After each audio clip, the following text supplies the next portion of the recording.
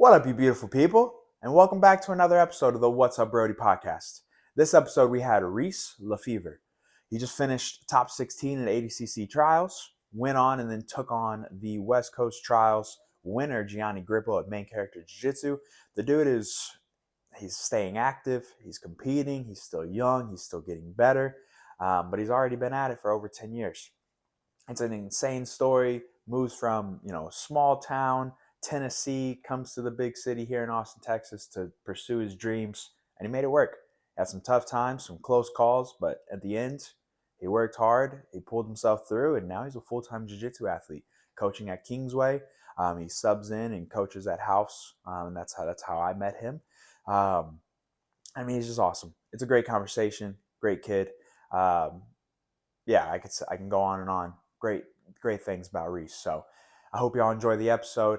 As always, shirts, they're $25. More than happy to ship one out, drop it off at you, or you can come get one, whatever is easier.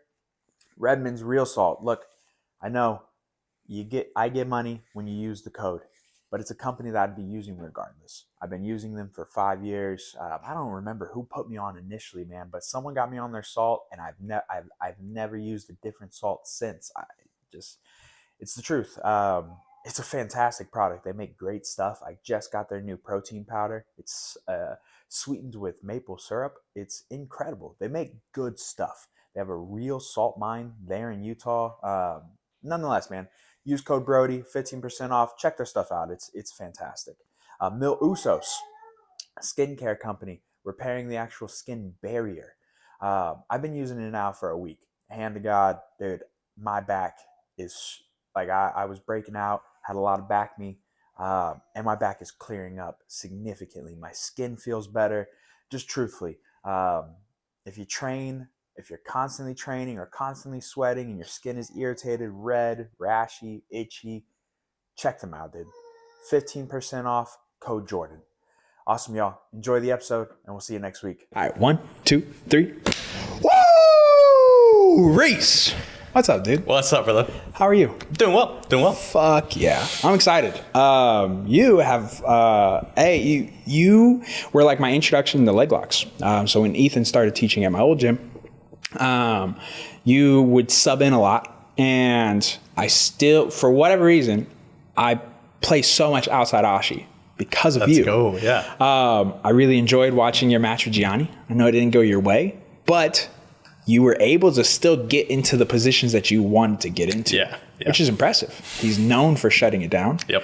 And you got where you wanted to go. It was cool. Yep. And for whatever reason, for me, 50-50 and Outside Ashi are the two positions that have just intuitively made sense to me. For whatever reason, in the moment, I am still just figuring out like, oh, I'm actually in cross Ashi right now. Like it just has not clicked whatsoever. Yeah. The entrances haven't clicked. It just hasn't clicked for me. And so I play a ton of Outside Ashi and 50-50. And I hit that sweep that you showed over a year ago, and I hit it all the time. It's my favorite sweep, the Outside Ashi waiter sweep with the opposite hand comes across. Yeah. Dude, that's a good one. It's money. A lot of people don't know that, bro. It's money, dude. They don't know the secrets. Yeah. See, this is... No, that's a good one, man. That's a good one. It's funny that I was your introduction to leg locks because, dude, like hearing that is kind of crazy just because it's like, I remember whenever I first started doing leg locks, and it's become literally what I'm known for in my game.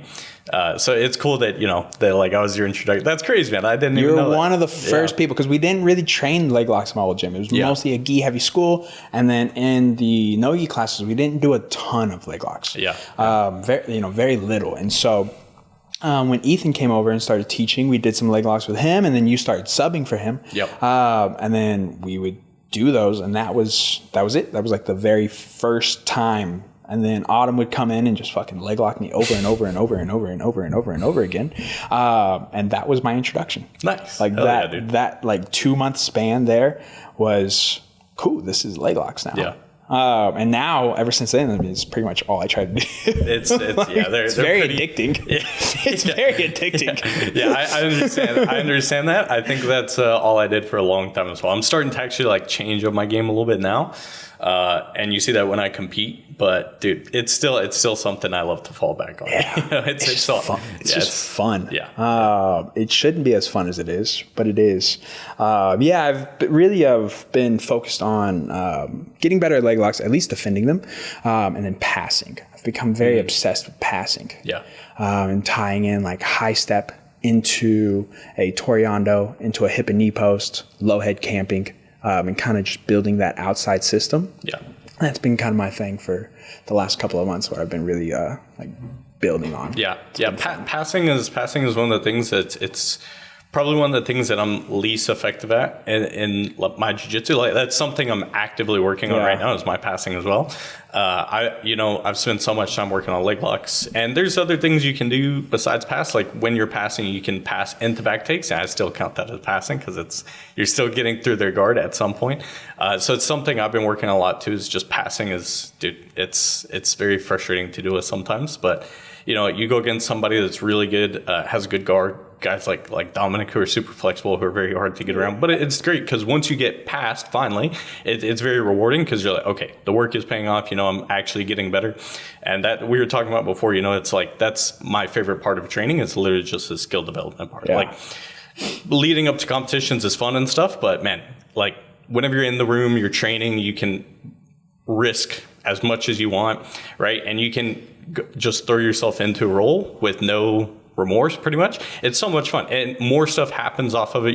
Whereas whenever you're getting ready for competition, you have to be strict about how you're, entering the legs, trying to focus on stuff that you're just going to be using in competition, with exceptions, of course. But for the most part, it's going to be, okay, I'm going to go into competition, I'm doing this, working on bad positions is a part of that, but not really trying new stuff as much. Whereas, man, whenever you're like, don't have any competitions coming up, like for me right now, man, I love just going in there, working on shit that I'm bad at. It's fantastic. It's my favorite thing to do. Yeah, for sure. And then you get new things come up. Yeah, and you're like, dude, every day, every time I train, there's new ideas. Yeah, dude, you brought like passing being there's very little things I think in jiu-jitsu that's more satisfying than passing. Like hitting a smooth pass. Yeah. And then you either land inside control or like a knee on belly or something. You're like, that was. It's like the same as hitting like a clean foot sweep. You hit a clean foot sweep where the guy just rolling falls. Back take. Yeah. Dude, just like it's very satisfying. Like Dominic showed this Troy bar entry. So you go in from bottom half guard into the Troy bar, and then take the back with a back step from that Troy bar entry, and that shit was just so gorgeous. Yeah. And I hit it in like a positional, like we were just kind of like flow rolling into like warming up. And I hit it, and I was like, "That was the coolest thing ever." Yeah, like, that's pretty. It's just, I was just in bottom half guard, and I was gonna break your arm, but I decided to just take your back instead.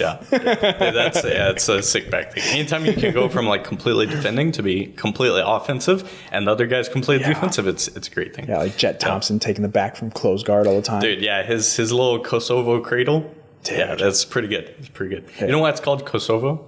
It's literally a tiny country next to Serbia. Really? Yep. And so why? But what makes it like? Is it?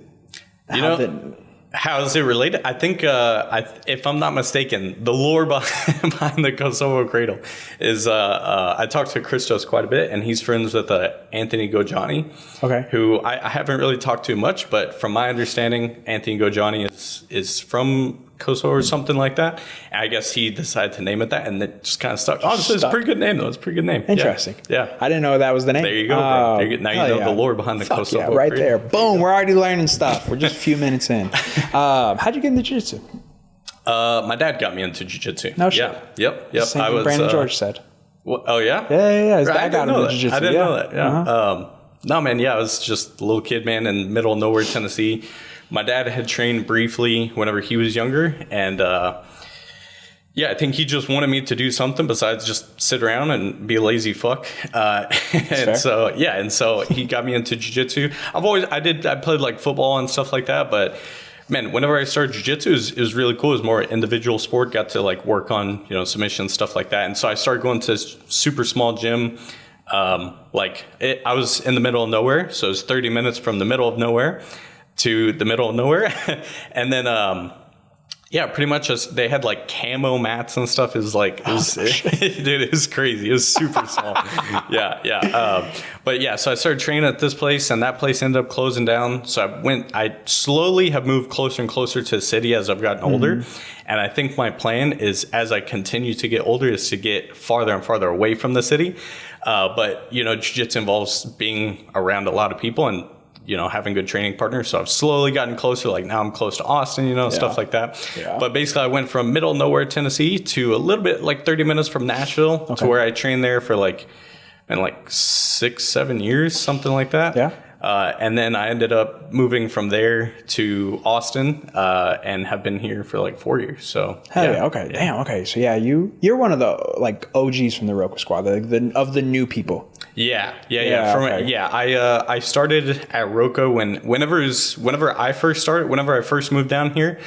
It was the small guys. It was like me, Christos, and Juan. That was literally it. Yeah. And then slowly, I think Landon and Dominic both came, and Andrew. Actually, Andrew's actually funny. He's the one I remember the most because I'd first moved down here. Bet matches were still really big in jiu-jitsu. You don't really see bet matches anymore. What is that? Bet match, basically you both put up some money and winner takes all. Oh, no shit. Kind of like the slap box match. Yeah.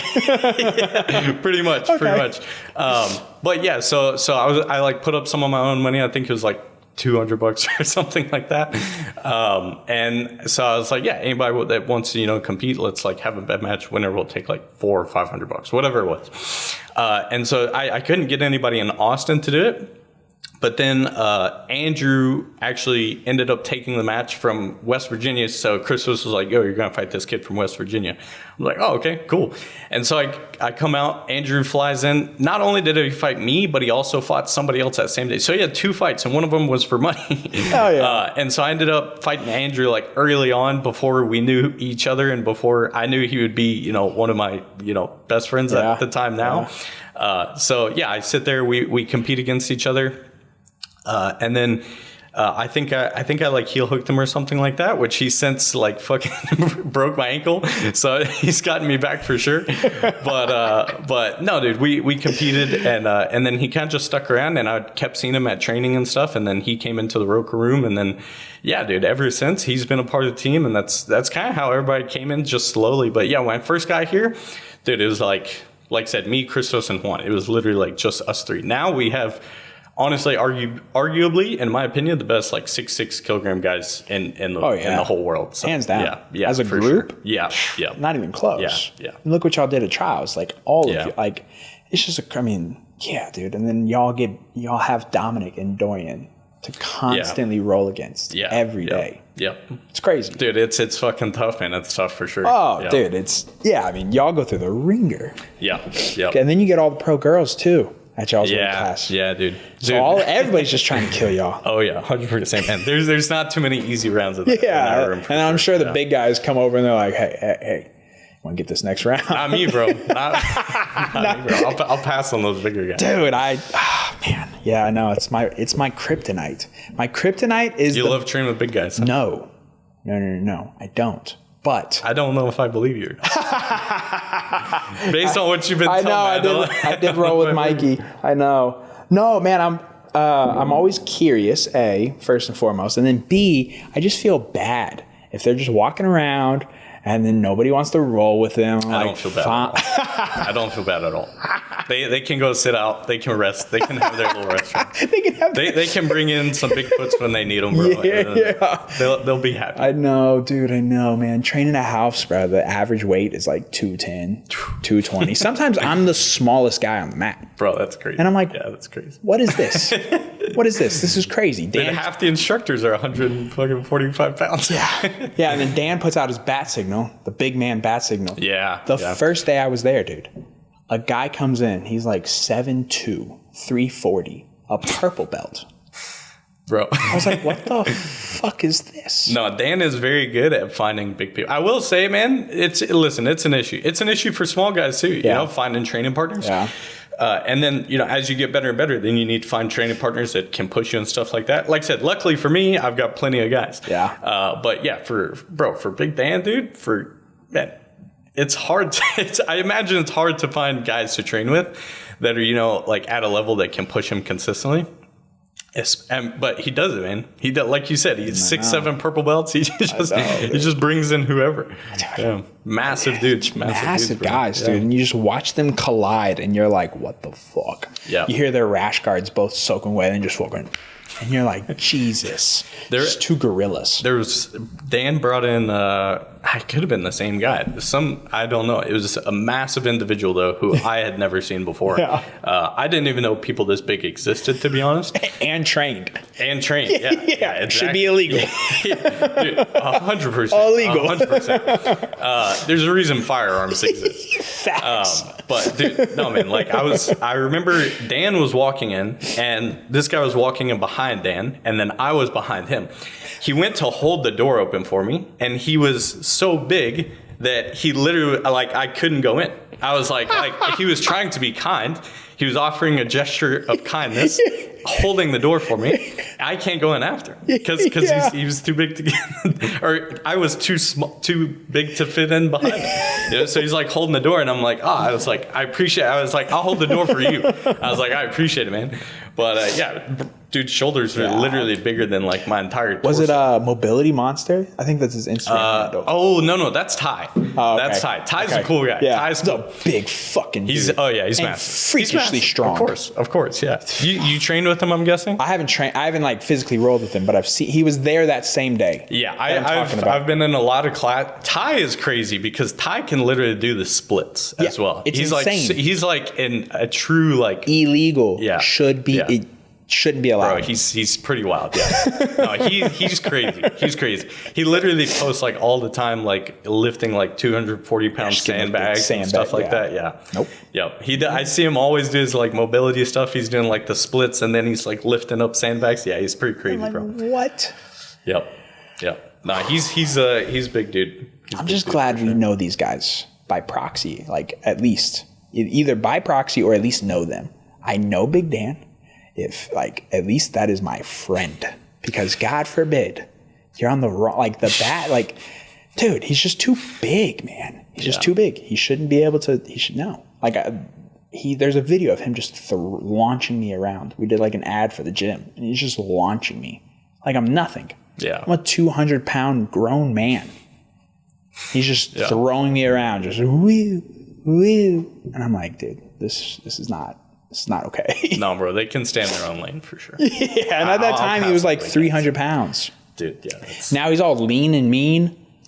Bro, Dan's definitely really lean right now. Yeah, for sure. He's looking strong, bro. Yeah. He's looking strong. Yeah, we're getting ready for the trial, or not trials. ADCC is coming up a couple months, so I think everybody's starting to get into the phase of where everybody's starting to hit it pretty hard. Yeah, you can kind of feel like the tension in the gym starting to shift. Everybody's, just a little bit. Everybody's walking in just a little less, less jokey. Everybody's a little bit more quiet. Yeah. It's still a little ways out right now. Sure, but you can feel it. It's coming. Yeah. Yep. Yeah, man, it's cool, dude. It's about to be a crazy time, man.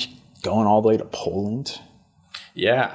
Yeah, it's a cool opportunity. Poland's far, man. Poland's far, yeah. That's a flight. Yeah, right, yeah. But I kind of wish they did in Vegas, but you know, it's kind of sucks. But at the same time, like I guess I get it. The European judges are running it and stuff, so they want to do it in Europe. Makes sense. Yeah, makes sense. But yeah, and you know, I'm sure like it's been in the U.S. for a lot of years in a row. It has. Right. I know they usually change it. That is true. They usually do change it. But yeah. Poland, man. It's far, bro. Far. It's cool though. I mean, it'd be cool to go to Poland for sure. Yeah, I might end up going out there. Cool. We'll see. Yeah, why not? Yeah, might as well. Fuck it for sure. Yeah, at least to be a training partner for Dominic, something like that. So yeah, which I'm really glad he got the invite, bro. Dude. I'm glad he got the invite, man. Speaking of which, okay, I love Ben Eddy, big fan. I've like trained with Ben Eddy, but dude, that decision was rough. What did you think about the decision with Andrew? Did you watch? I didn't watch. I heard. Yeah, I heard that Andrew was attacking most of the time, and then Benetti shot up like a rubber guard, like it was one of his arm bar at the end, his like guillotine type thing. Yeah, at the end, I did hear that it was a little off.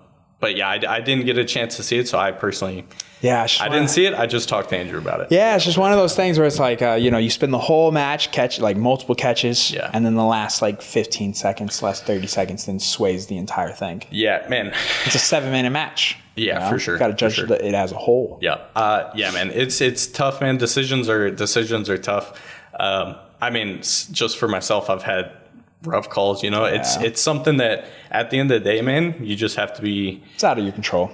It's out of your well, you can say that, but that's one way to look at it. The other way to look at it is to be like, listen, man, I just have to be way better than these guys. Which, whenever you say that to somebody, they're like, oh, but it's at least people who are on your side who are trying to justify it. Like if you get a bad call and somebody who cares about you, like they're gonna be like, oh man, it was a bad call. Like dude, you should have won that. That's what you hear all the time.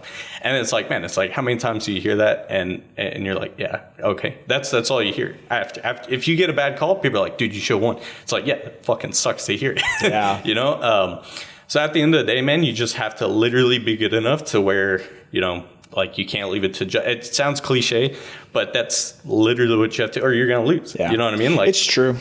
Dude, the hardest thing is to like message y'all after you lost the match, because you still want to like you want to be supportive. You still want to be supportive, but like there's not really anything to say. Like there's not the right thing to say. Right? It's really tough. But you want to let them know, like, hey, I saw the shit. It was cool. Way to get the fuck out there. Like, right? Like, you still want to show that support, but it's so tough. You're like, I don't know what the fuck to say. I need you to do me a favor then. What? If you ever watch one of my matches and I lose, just message me and just say something like horrendous about what I did.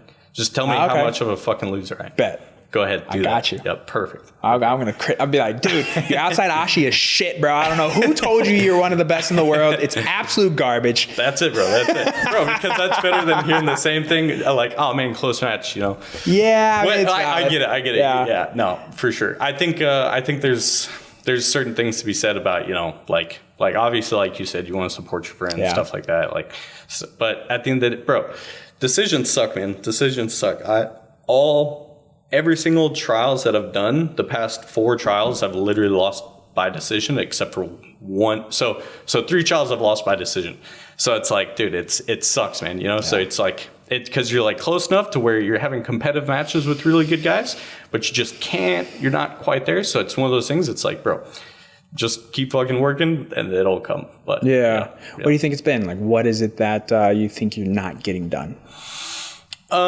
As far as my matches go, man, I mean, just the ability to score, like the ability to solidify a win. That's all it is. Is like maybe you were more dominant in the match, but once again, you didn't score under the criteria. So it's like at the end of the day, under that criteria, you have to be able to score if you want to win, right? Like undecisively, if you want to be able to win. Now, if you don't follow the criteria, like for example, the whole Dominic's match, like where he literally like swept it, or he like hit a foot sweep and then Gianni count pulled. Yeah. So stuff like that. That's where I would be like, okay, that's just like, there's nothing you can do about it. Yeah.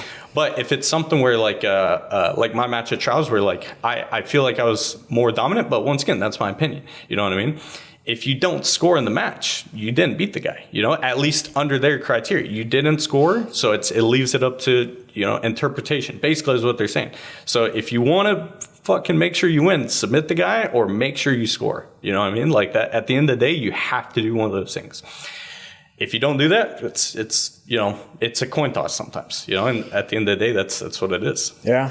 Yeah, that's fair. I mean, I get it. There's just like it's just always that, like, I want to like, let them know, like, you saw the match, like, you're proud of them, but then at the same time, you're like, there's really nothing really to say when someone loses. Like, it's you don't want, exactly. What do you say? Like, good job. Yeah. Most of the time, it's just like, all right, back to work. Yeah, no, for sure. But it's, this shit's hard. Yeah. It's not like what you're doing is not an easy thing. No, for sure. You're doing one of the hardest things that a human will selectively do. Yeah. Right? Like, you are choosing to put yourself into a situation where you could get broken entirely. Yep. And you're choosing to do that fucking 20 times a year. Yeah, man.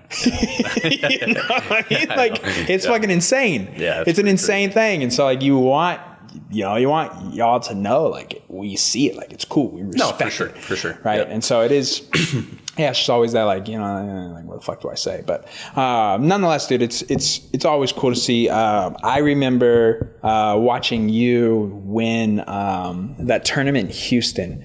I think it was like $1,500 bracket or something. And you just ran through it, just heel hooked everybody. It was beautiful. It was just black belt after black belt, just heel hook. And then Ethan almost freaking absolutely obliterated that guy's hip. He wouldn't tap to that Z-lock. Oh, yeah. Dude, I was like, we're sitting here watching it at the house and we're like, please, brother, please tap. You're so fucked right here. Just please tap. Dude, yeah, some people are crazy, man. They don't want to tap to anything, bro. Speaking of which, did you see that toe hold that was going around online? Yeah. Dude, that was nasty, bro. What the fuck? If there's any reason, bro, dude. What the fuck? Hey, you know what, though? Jiu-jitsu needed that.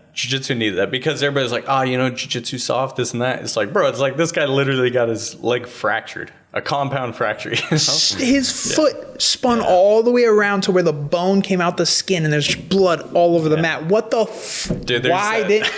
I screenshotted a picture of the guy's face when he's breathing. He's just like he's horrified that he just did it. Bro, could you imagine? Bro, it's pretty crazy. How fucked up of the guy that didn't tap? Like, in so many different ways, right? Now, the person who did the toe hold has to always remember that toe hold. He's going to remember it, though, bro. And then everybody in the crowd didn't ask to see that. Yeah. Like we've all, we've seen breaks. We've seen, like, I've seen someone's shin snapped. I was at a Muay Thai event. The shin snapped. Like, it's not great. Yeah. But to watch someone's foot go an entire 360 to where it is ripped. You're saying that was worse than like a shin break? Bro, to watch someone's foot come out of the skin, dog? That's fair. There's blood everywhere, bro. It's completely different. That's completely different than a break that happens in the skin. Yeah, that's fair. You don't actually see it. Yeah. Right? You can hear it and you can imagine, like, oh, that sucked. But no, this dude's foot did a 360. Like, it's not supposed to do that. No, that was bad. Like, how the fuck do you not tap at some, like, what? Like, that had to have popped like 3 or 4 times. Yeah. And then you have to start feeling the tendons freaking starting to rip. And you're still like, it's not in. Man, bro. Dude, I think I heard the guy talk about it afterwards. Yeah. Just a little bit. He was like, I just decided, it was worth it to not tap. I'm like, dude, I don't know if getting a $3 medal is worth it. It was just a tournament. It wasn't it wasn't open. Yeah, it wasn't like Pans or Worlds or which is more understandable, to be honest. Yeah. Oh yeah, for sure. But like, bro, like that's just pride at that point. Yeah. Dude, I mean, I've not tapped to some precarious positions, but at some point, I was just fucking nuts watching that. That was rough, bro. What made you just? I'm gonna go from Tennessee to Austin, Texas. Like, how did you end up finding out about the team? How'd you come down here? Man, I think like a lot of people, I first when I was a kid, I would kind of watch some of their stuff. Like I would watch EBIs, but I like faintly remember watching EBIs. It's not like I was like intently paying attention to them. But as I got older and older, I started to pay more attention to what they were doing and stuff like that. And then their instructionals started coming out. And I remember the coach of the gym that I was training at the time, actually it's One Nation Jiu-Jitsu in Tennessee. I started training, or I was training with them, and the coach, he actually bought like the instructionals for all the staff that was training there. They're like, guys, this is important. Yeah. And so, man, it turns out it was really important. And so that's whenever I first heard about him. So I started watching that, and I think I was really one of the only ones that really like watched a bunch of the instructionals. And I had kind of like a routine down. Every Sunday, I would sit down in the morning. I would watch. They had it in like volume, so I'd watch a volume. I would sit down.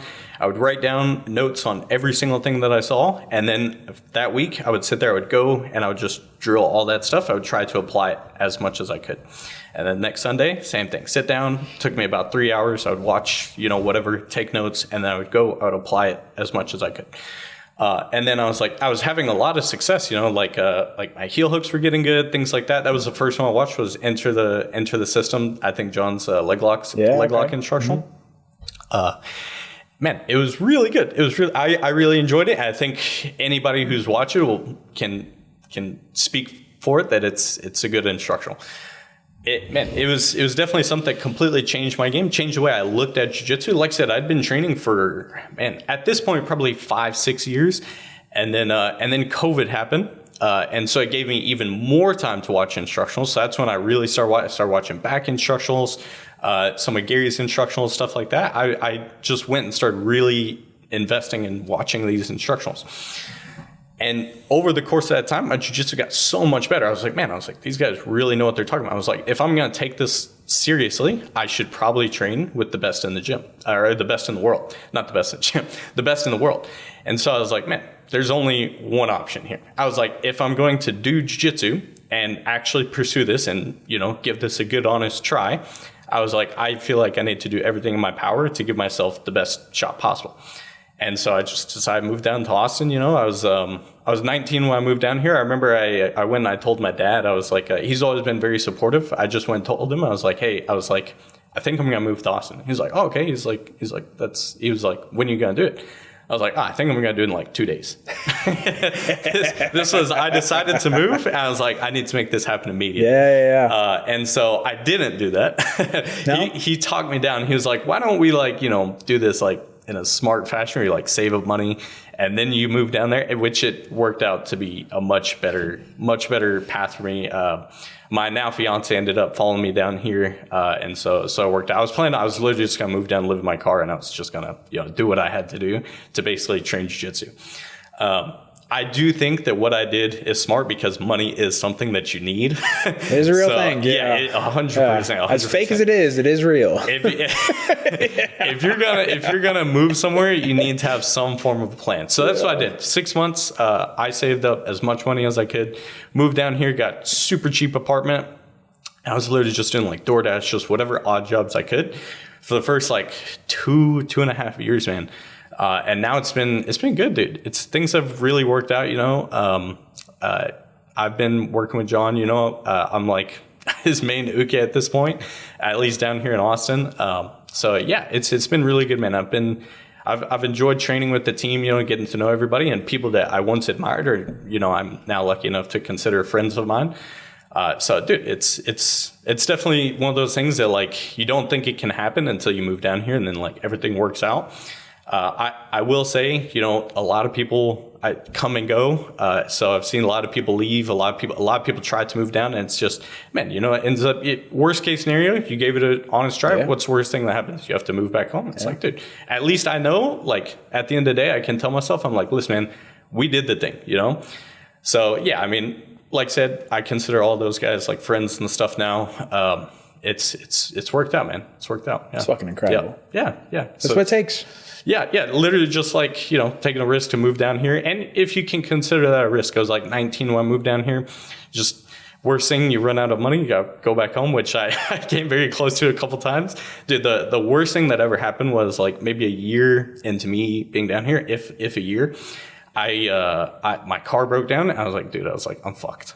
But luckily I was able to find another car and had some people help me out and stuff like that. So man, everything worked out. It was fantastic. And luckily we're back to smooth sailing now. And I've been fortunate enough. Now I teach at Kingsway, and I pretty much just compete and teach. That's all I do is jiu-jitsu now. No more DoorDash and stuff like that. Yeah. I fucking suck at DoorDash. Dude, people. How do you suck at DoorDash? It wasn't just DoorDash. It wasn't just from stores fast food and stuff like that. It was more so grocery store type stuff. So you have to go in and shop for people's groceries. Dude, I would skip those. Dude, I would decline them. It was all it was. It was a different. It wasn't DoorDash, but it was DoorDash. Instacart. Is that Instacart? There was one like that. This one was called Shipped, is what I did. Okay. But the reason I liked it was because if you do good, you get like good tips. Like people can tip you. So in my opinion, I was like, you can make more money doing that than DoorDash. Okay. But it takes a little bit longer, and you have to actually be good at it, which I sucked. My fiance was so much better. You're just forgetting stuff. Dude, yeah, dude. I would get all the stuff. I would get like wrong stuff. It's like slightly different colored like labels and stuff. I'm like, dude, who has time to like sit here and look through all this stuff? Like, bro, you just go to the store, you grab your shit. People ordering their groceries, and then they're like, Reese has your order. Fuck! Not God damn it! I know he's coming back with the wrong shit, dude. Dude, not just the wrong shit, missing shit. Like, dude, I remember I would like I would get home at night to my apartment. I would get out. I would like go to grab my training stuff. I would find like, I don't know, like a can of beans or something under my car that just fell out. Fell out of the bag. Yeah, and so I just stole their can of beans. I was like, like whoops. I would bring them up. I was like, this guy a can of beans, you know.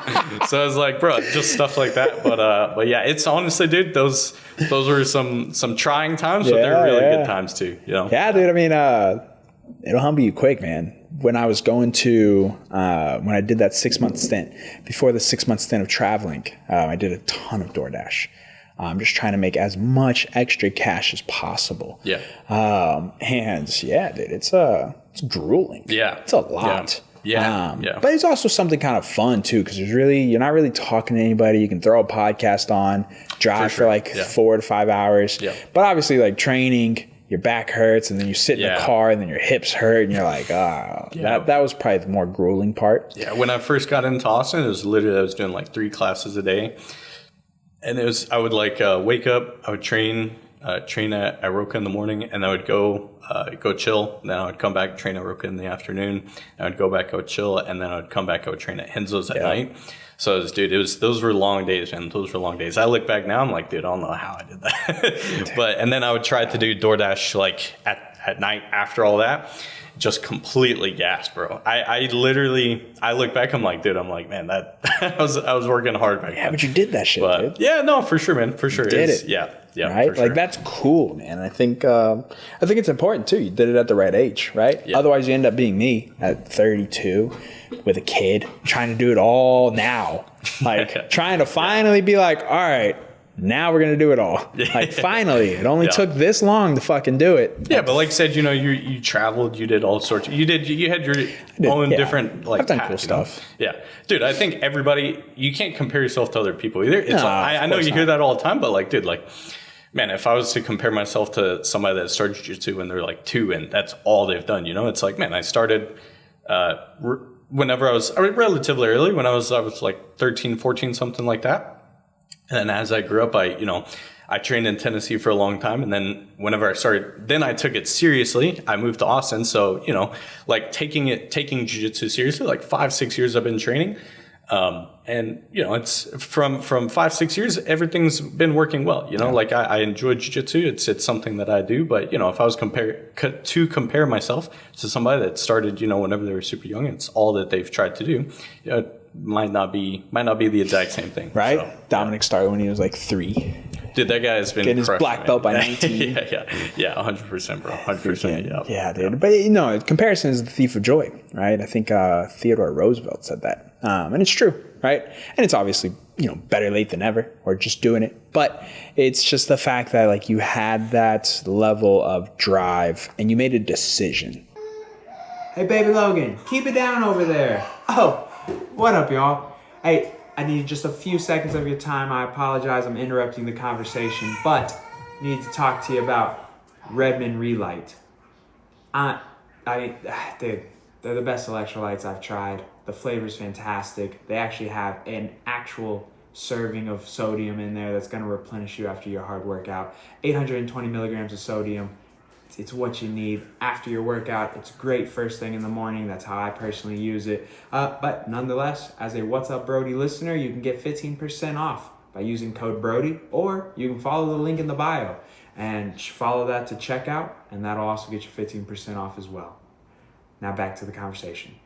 That's my issue. It's being indecisive. Right. Right. It's not so much the effort part. It's not so much the work ethic part. It's being indecisive. Yep. And finally just being like, okay, no. This is what we're going to do. It's going to be every single weekend. You're going to fucking do it. And that's it. There's no compromise, right? Yeah. And that's what you did. And that's the inspiring part, right? That's the part that's cool. Like, you made a decision. Right. And then after making that decision, you made it work. Yeah. Right. And then you talked about how, like, there was a lot of hard times, and I firmly fucking believe, dude. We were talking about this before the episode, like with the content that you're talking about, you don't want to post things that are disingenuous to your character. Yeah. I firmly believe that if you carry yourself in that manner throughout your entire life, that energy alone that you put out into the universe will typically allow, like, you to continue to figure out those bad times, to continue to navigate through those and just dodge it just enough where, life is going to test you, but it never puts you to the point where you can't come back from it, or like it really just like hits you with a disgusting wrench of, no, this is what you kind of deserve kind of thing, right? Like, because you carry yourself very well. You're always very nice, always very respectful. And I think that energy that you put out is the energy that you get back. And you have done this in a way that's respectable. It's very grueling. It's very tough, but now you've gotten to this point where it's a lot more fun. Yeah, man. Yep. Long way to go. But of course, it's for sure. It's definitely gotten to a point where it's more fun. Yeah, more fun. Yeah. A little less stressful. Yeah. Have you found that has it been harder to stay focused? Man, harder to stay focused now or then? Now? Because now it is a little bit easier. No, yeah, for sure. That's a good point, for sure. I will say, man, like, there's definitely some times where I like look back at that Reese. I'm like, dude, man, that guy was like grinding, you know. I ask myself, I'm like, man, is he still here? But yeah, no, whenever I like focus on something, like leading up to trials, man, was the best I'd ever felt. It was the most like really locked in and focused I'd felt in a long time. I was doing everything right. You know, I was eating everything super clean. Got fucking jacked. Yeah, dude. I got real lean. Yeah, as jacked as you can be at 145. Yeah. So yeah, no, for sure. It's definitely the past couple weeks have been a little bit less disciplined for sure.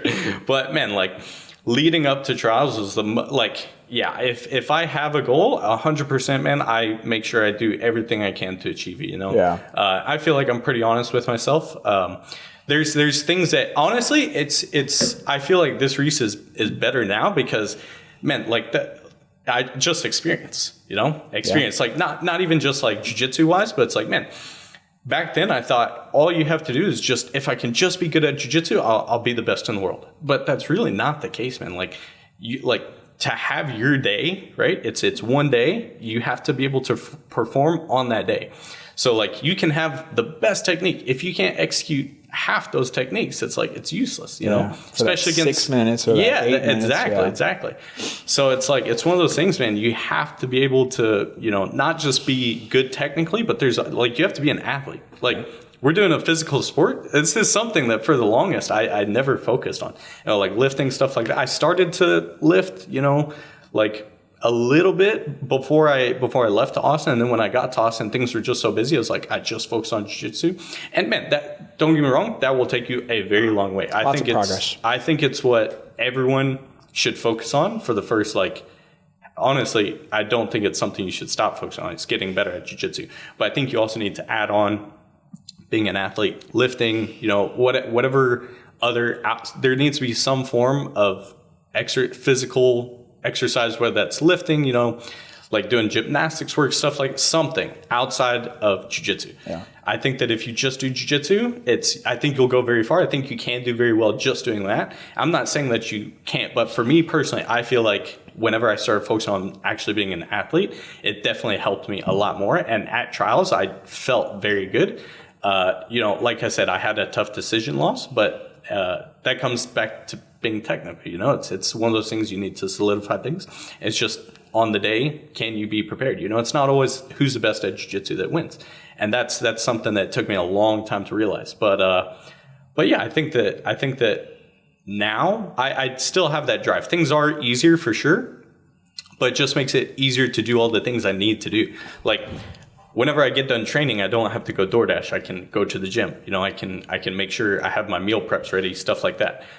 So it's, yes, things are easier, but at the same time, it just allows me to refocus that energy somewhere else. Like you were talking about your bandwidth earlier, right? Like, man, my bandwidth definitely opened up a lot more whenever I don't have to constantly sit there and stress and make sure I have more than fucking 20 cents in my bank account. You know what I mean? Like it's a lot more relaxing.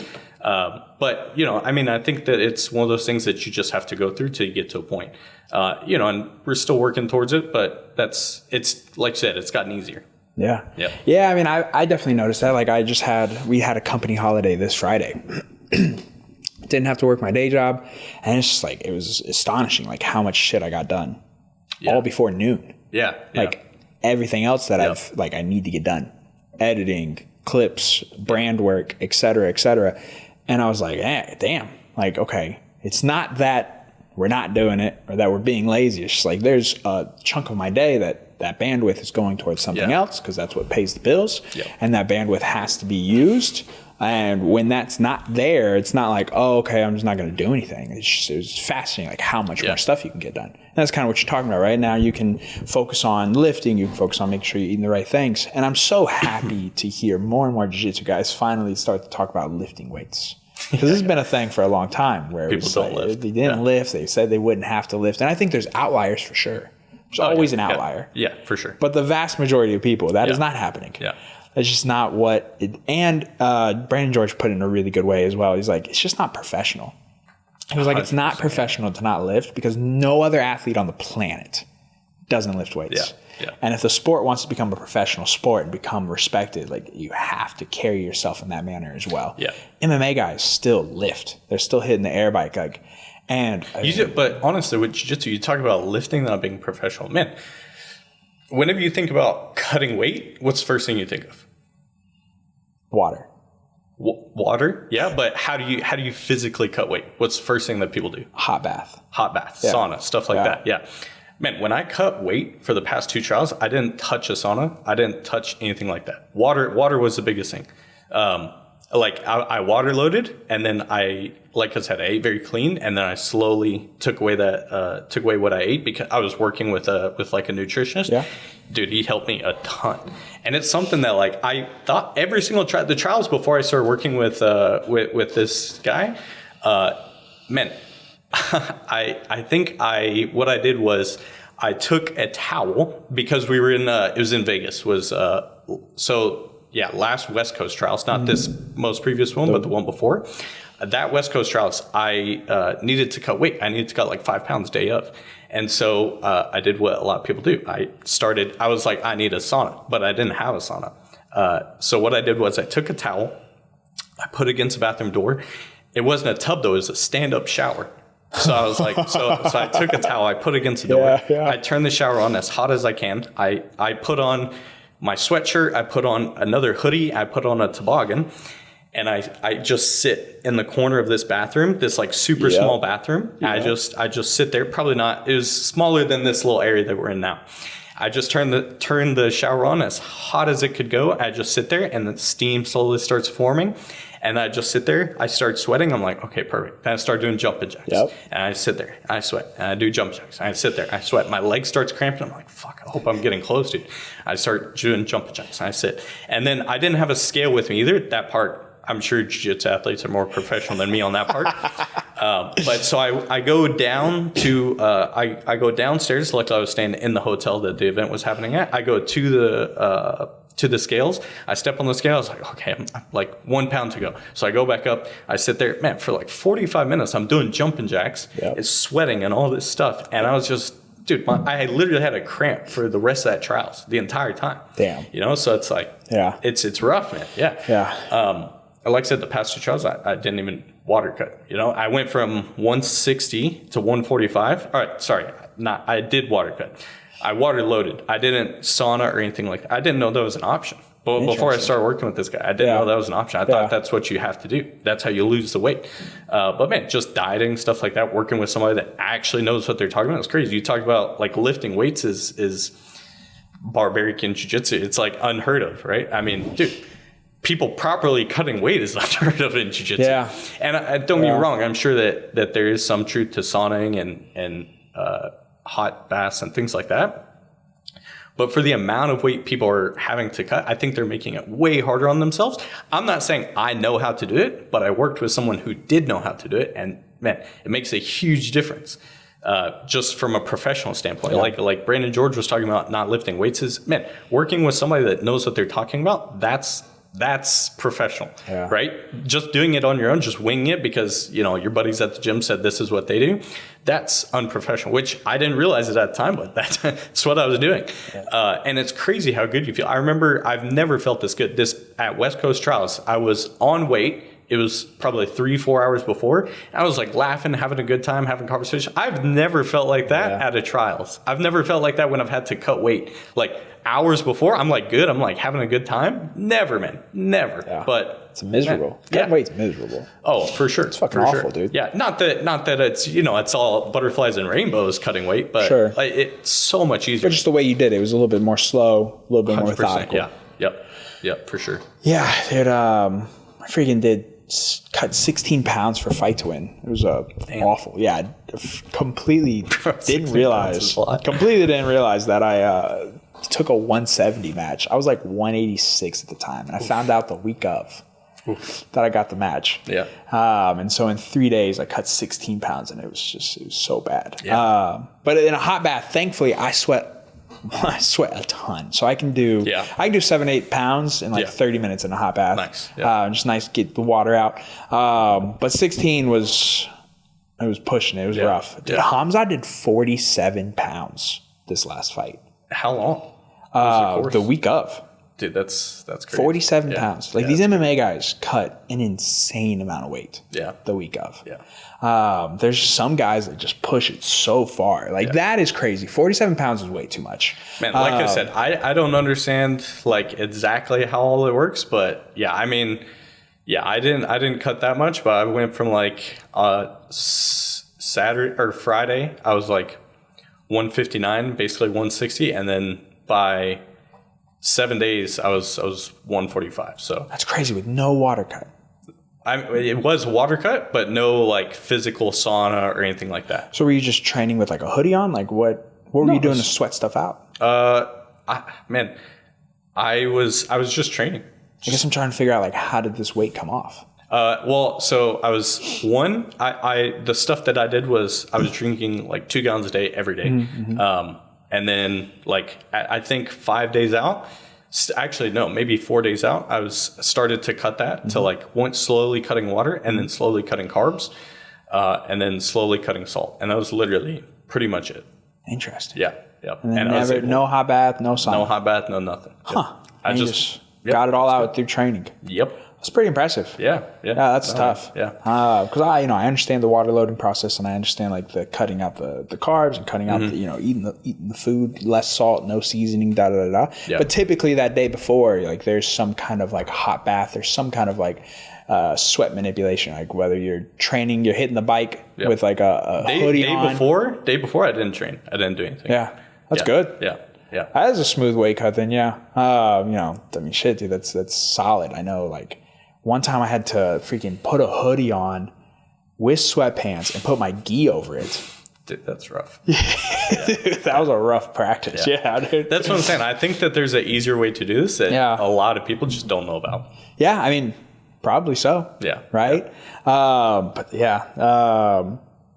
47 pounds. Like, 47 is crazy. That's crazy. I mean, it's just like Alex Pereira used to make 185. Yeah. And he's about to fight in heavyweight at 250 pounds. Yeah, dude. Those guys are doing something else, man. It's crazy, dude. Yeah. They're cutting an insane amount of weight. For sure. MMA guys are just crazy in general. Yeah. But, I always talk about, like, how much of a difference does it actually make? Like, how important, like, Kurt Angle refused to cut a pound and wrestled in the heavyweight division because he didn't want to cut 1 pound. He was 199. And the cutoff for the next division below was 198. And he was like, fuck that. And wrestled up and won an Olympic gold medal. And I think about that story all the time because I think a lot of people, especially in the amateur level and like lower levels, they really get so focused on it. Yeah. And then their performance is shit because of it.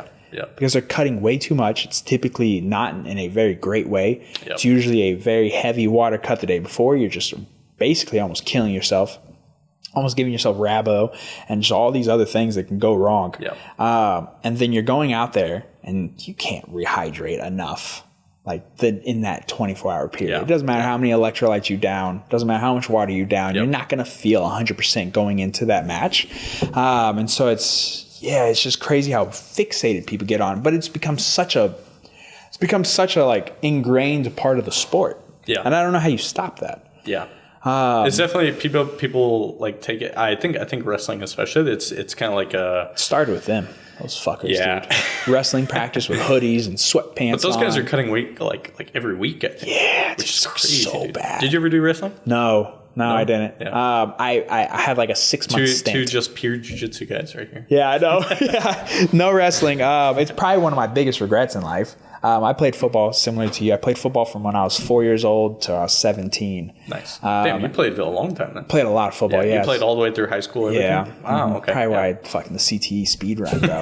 Because I went from that.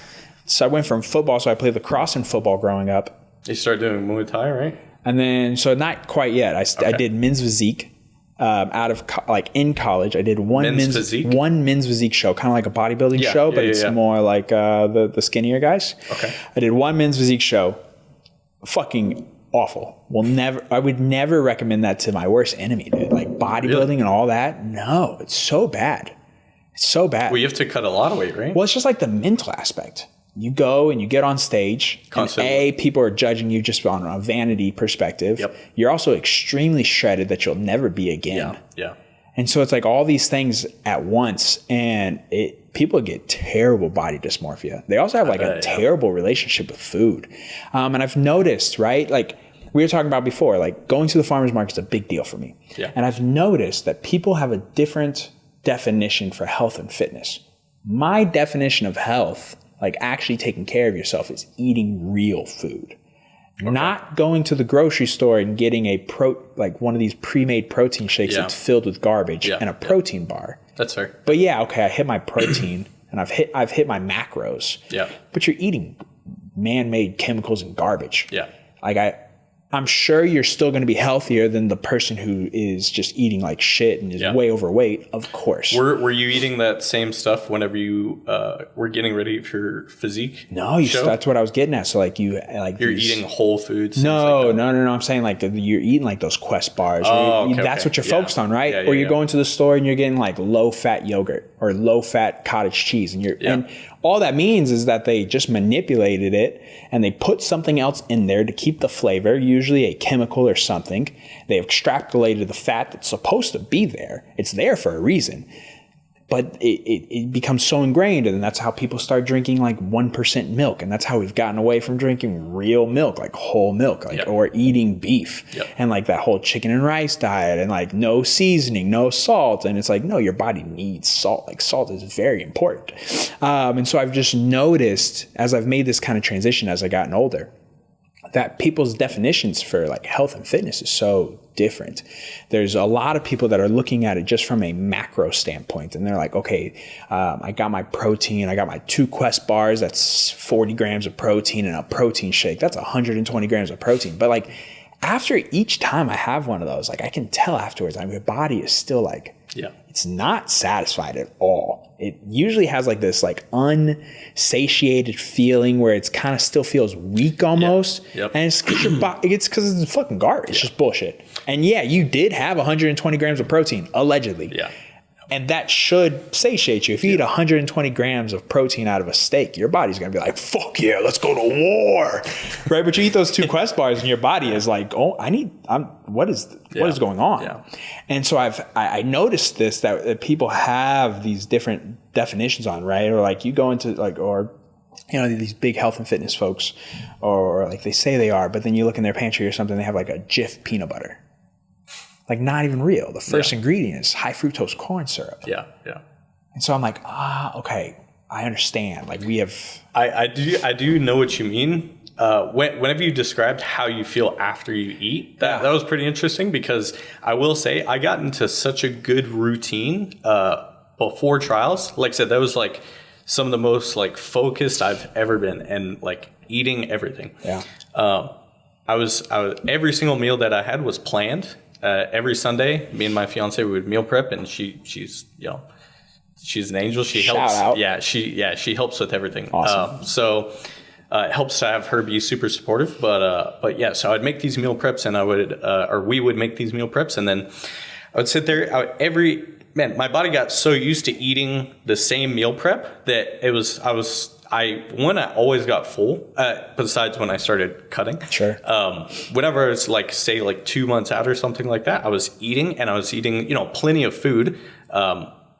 But I was getting completely full. I'm eating exactly what I need to. And then right after trials is whenever I switched to kind of eating whatever I wanted.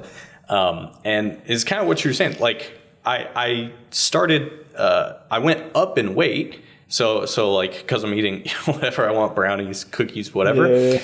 But it's all stuff that's just like you said, Oreos and stuff. I was just eating whatever. And so it does give you this feeling of like you're still constantly hungry. It's like snacking, you're just constantly hungry, and you don't feel like full. Never. You can't perform on that. Yeah, exactly. Couldn't perform on it. Your body's like, fuck no. Yeah. But when you eat those nice, good meals that hit your micros, that's like the big thing. It hits your micros, but also it's just real fucking food. Real food. I think for performance, you can perform on stuff like that. You can perform on stuff like that because it's very quick, sugar, stuff like that. Like I said, I don't understand a ton of it, but I understand that whenever it comes to performance, obviously leading up, you're not sitting there eating bags of Skittles and stuff like that. Yeah. I actually made a video kind of joking at trials of I had all of this I saw that. Yeah. I had all this candy and stuff like that, which I did. I ate all of that stuff. that wasn't a joke. I ate a lot of that stuff. Yeah. But obviously it wasn't before the weight cut or whatever. Yeah. It was most of that stuff was for day of I think it was Skittles or something like that. It had just quick sugars that you can take. That way you have enough glycogen to be able to compete and stuff like that. But man, as far as living off of it, I think it's the same as anything else. I think if it's say you have a whole month that you're eating clean, if you have a small stint where you're just eating pretty shit food, yeah. I think your body's pretty good at adjusting to whatever you do. So if you're eating good foods, I think it's good at adjusting and giving you what you need. And if you eat shit foods for say 1 day out of a month, I think that it'll adjust and you'll be okay. I don't think it'll stick with you long term over time. But granted, that it's not stuff you should be eating every day. But to perform quick sugars, things like that, I think it's useful for that 1 day. No, when I'm talking when you say eat, okay, this is what I guess this is the point that I'm getting at. People say I'm eating clean, right? Yeah. But what I'm noticing is that people have different definitions for eating clean. I see. You know what I mean? They're not actually reading the ingredients in the when I say eating clean, I mean you're talking about whole foods, chicken, rice, and it is seasoned, stuff like this, foods that are actually grown, or meat that's an actual thing, not like protein and stuff like that. Whenever I was like I said, whenever I was eating clean, I'm not taking protein shakes. I'm not doing stuff like that. I'm literally eating. You're eating real food. Exactly. And it's consistent. It's the same food, and I don't get bored of it. It's just a schedule. Yeah. You just get used to it. People talk about you miss all this different types of food. Man, when I'm consistent on the food I eat, I don't crave anything. I don't get cravings for sugar or anything like that. Yeah, whole foods are great, man. I 100% agree with you. Yeah, it's interesting. Yeah. But people. But I'm saying there are people though that they'll do the Quest cookies. Yeah. And calorically, they view that as eating clean. Yeah. And it's calorically. Yes. Sure. Yeah. 100%, right? Yeah. And again, you're probably healthier than the average person if you follow that kind of bodybuilding diet is what I was getting, because we were talking about the men's physique show. For sure.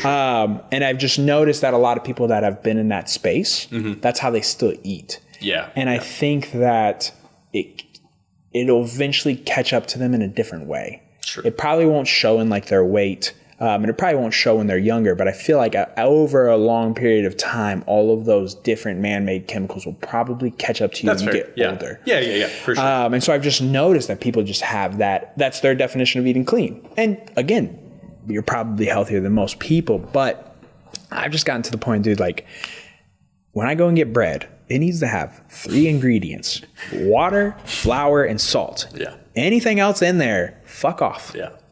I'm not buying it. That's I ain't fair. doing it. And that is what I can tell a huge difference on. Like it's just so much better when I go against a loaf of it tastes, dude. It's dude. There's we have a family that trains with us. The Sanford. There's their bakery that they have, the sourdough bakery. Yeah, man, that is literally some of the best bread I've ever had. It's great. Yeah. I've had their stuff. We get a loaf of sourdough every weekend at the farmer's market from one of the stands. I never remember which the name is, but I've had the Sanford stuff too. And then like Bethany and John from their own house, like Bethany makes bagels, like homemade bagels. And they're just fucking fantastic. Yeah. They're so good. Yeah. And you can just tell. And it goes back to what I was talking about with like the body. Like your body knows. And so I'm just, like eating a Quest bar or eating like an actual piece of sourdough with maybe some meat on it that's the same calories, same level of protein. I just feel like your body knows that what this is, and your body's trying to figure out what the fuck this is over here, and it doesn't really quite know what to use. It doesn't really know how to use it, and so that's what I was getting at with that. But so I did men's physique because my buddy has done some bodybuilding shows and did some men's physique too. So I got into it with him, and I did one show, and I was like, this is trash. But I've just noticed that people have just kept that mindset with all those foods. Like they eat low-fat yogurt or low-fat cottage cheese, or they get 1% milk, or all these different manipulated things where it's like, dude, whole milk is fucking fantastic. Yeah, it's so good. Just don't drink as much of it. Yeah, it's so good. Like I eat red meat 7 days a week. Yeah. And I stay lean year round. It's like people will tell you that you can't do that. It's got to be chicken and rice. It's got to be fish and rice. And it's like, no, it's not the case. Like I do it. For sure. And so I did men's physique, and then I did like a cycle of testosterone. I was like 22, 23. And I got jacked. And then I came off, and I had the worst body dysmorphia ever. So I didn't train for a year. So I started training when I was 19, just like lifting weights. I never lifted while playing football. It was just incredibly stupid of me, but I hated it so much. I still don't like it to this day. Lifting weights? Yeah, I just still don't like it. I was big in college because you always had a group of guys. We had a college we had a gym on campus, and so it was very accessible. It was very easy. You're with your buddies. But I was always looking forward to just playing basketball after the gym. Like, can we just get this workout over with, please, so we can go play basketball? And anyway, so I get, I stopped training, and it's just awful. Like I just terrible body dysmorphia. Couldn't train in front of a mirror. I got like skinny fat. It was the worst I've ever looked. It was just disgusting, the whole thing. And so I started doing CrossFit because there's no mirrors in there. And then also like the competitive aspect of it. Going for time, going for the amount of reps, trying to beat your friend. So I got into that for a while. And then when I was 27, that's when I started doing Muay Thai.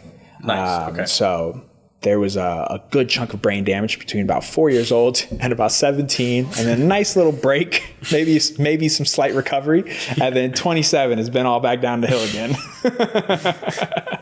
And so I've definitely have been hitting the head a good bit. That's rough, yeah.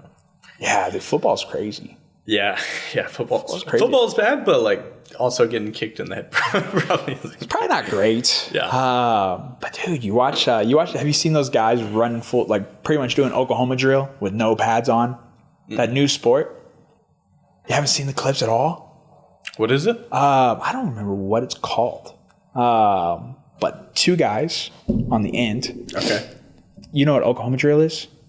No. So I assume that's where they run at each other? Yeah, Oklahoma drill was like when we were in high school, there used to be bags. Like there used to be like a row of bags, and you had to stay in the lane, and two guys started on their back, and the coach would blow the whistle, and you would pop up, and you run at fucking full speed at each other. Maybe I definitely know what you're talking about. I didn't know. Maybe called it something different. Yeah, so we called it Oklahoma drill. Okay. And fucking, I think about that, and I'm like, how insane. So you said these guys do it with no pads on? No pads on. Dude, where did she go? Where'd my Jamie go? I don't know why I pay her. This is crazy. And so, dude, they run full speed at each other, no pads, and just obliterate. People are getting knocked out. So it's like, literally just CTEs. Just a CTE speed. They're practicing CTE. Way better than power slap though. Way more entertaining. I see the clips and I'm like, fuck, this is kind of cool. But you're also fucking insane. Power slap. You get like this total is dumb. 2 events. Huh? You get like a total like 2 events. Oh, I can't imagine there's guys repeating. I mean, dude, they're like there was the last clip I just saw. I guess the latest event, they had 2 ginormous Samoans or just like islanders. Bro, those are the people you want to do it at, though, right? This is exactly the exact crowd you wanted to do this sport. They were doing it. I mean, they were huge. They had to have been barely under 300 pounds. Yeah. Huge guys, full speed at each other. Dude. And like they're going for multiple rounds. It's not just a one and done. They get back up and do it again. They get back it up and do it again. Jeez, bro. So like this one dude, it was like 2 smaller guys. They run full speed at each other and one guy knocks the other guy out. They pop back up and the guy was like, nah, fuck that. I'm going to get him back. And then lays him out. Bro. And then lays the other guy out. And I'm like, yo, this is kind of lit.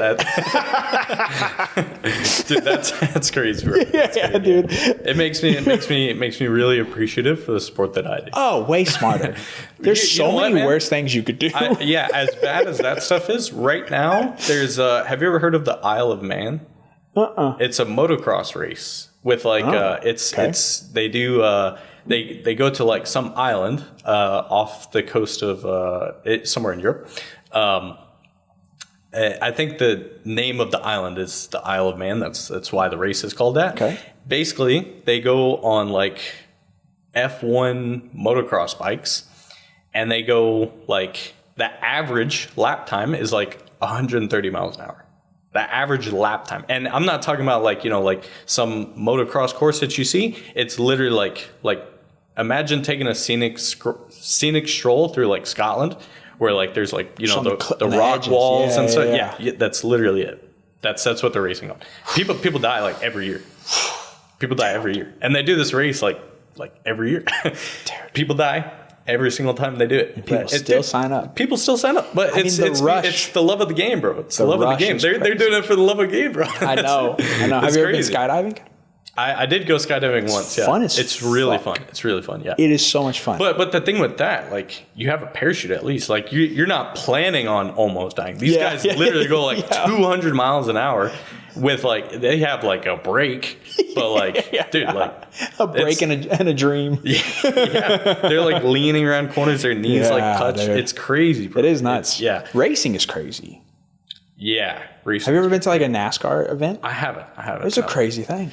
It's that's pretty crazy. It's hard to watch though. It's really hard to in watch. Person. It's so much more fun. I bet it is. It's so much more fun, and it goes by way quicker. But yes, on TV, it's really hard to watch. But my grandpa was a huge fan, right? Yeah. And he would go drive each year. Mm-hmm. My grandma would get him a pass to go drive. Are you a NASCAR fan? Me personally, not necessarily. But I would watch it with him because it was like his thing. He fucking loved it. Sure.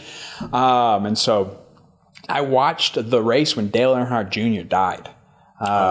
Yeah, he was killed in the race. And I remember this very vividly. I was like 8. And it was just it's just a crazy thing. You were there at the race? No, I wasn't there. I wasn't there in person. Okay. I watched it on TV. Oh, okay. But I did get to ride once in Jimmy Johnson's car. It wasn't Jimmy Johnson driving. It was just one of the drivers. But I got to get in there and do laps on the track. Dude, we're going like 180. Exhilarating. Dude, that's crazy. I understand. Like I can understand why those guys do it. But it's for sure. Risk. Dude, man, I guarantee you, it's so much fun. Super fun, bro. Dude, like you, I take my little Toyota out here, I press on the gas, I'm having fun. Now imagine doing that the entire time. Right? Yeah, for hours. It's like, of course that's going to be fun. But it's insane. Yeah. And what they're doing is, when you, I think it's very underrated. I don't think they get the respect that they really deserve for the athletes that they actually are.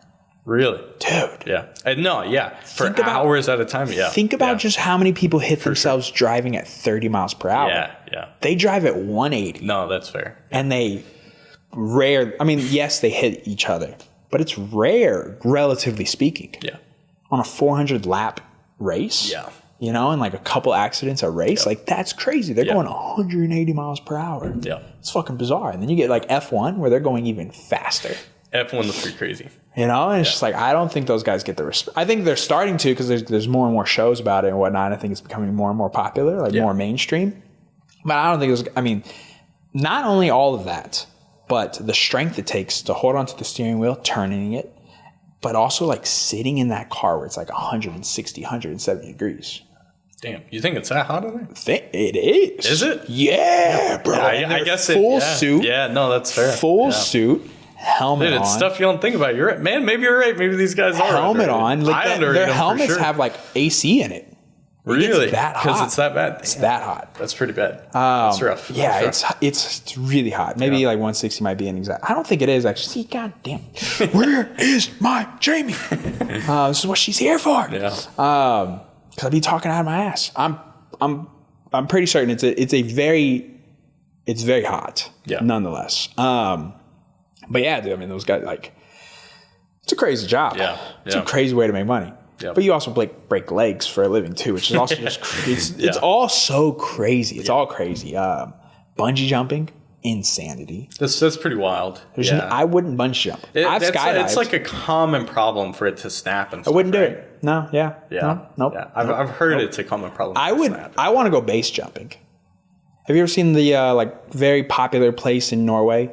Have you seen Mission Impossible, the 6th one? Dude, I've seen one of them or two. One of them? Okay, well, nonetheless. So in the 6th movie, they land a helicopter on this very famous rock in Norway. Yeah, and it's a very, very famous place where people go base jumping. Okay. And I think that would just be the coolest fucking thing. Yeah, base jumping would be cool. Just base jumping jump off. Cool.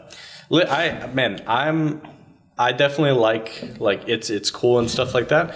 But like base jumping, I could do. But there's certain stuff, man, I see people do. I'm like, there's absolutely no way. I think the people that do, what is it, like paragliding, where they like jump off a mountain and then they paraglide down the mountain. Or the squirrel suit. Yeah, I'd do something like that. I would do something like that. But the one where they have the parachute and they do like tricks and they're like feet off the, like basically like the Red Bull guys. I basically look at that stuff and I'm like, I would do none of this. They're crazy. Yeah, there's a certain level where it's like adrenaline rush and it's literally just like death is on the other side. It's like Isle of Man and stuff like that where you're literally like, if you fuck up, too you're close dead. to death. Yeah, too close to death. Yeah, it's like I want to have a good time, but I also enjoy still being alive. Yeah, So that's very valid, dude. Like these guys that they did a show on it too, like on the coast of Portugal. Some of these waves get up to like 100 feet. Waves. People ride those. Oh, yeah. Yeah, first off, man, I grew up in Tennessee. We have lakes. Yeah, okay? y'all don't, we don't have an ocean. Yeah. Nope, there's no waves. Yeah, there's zero wave.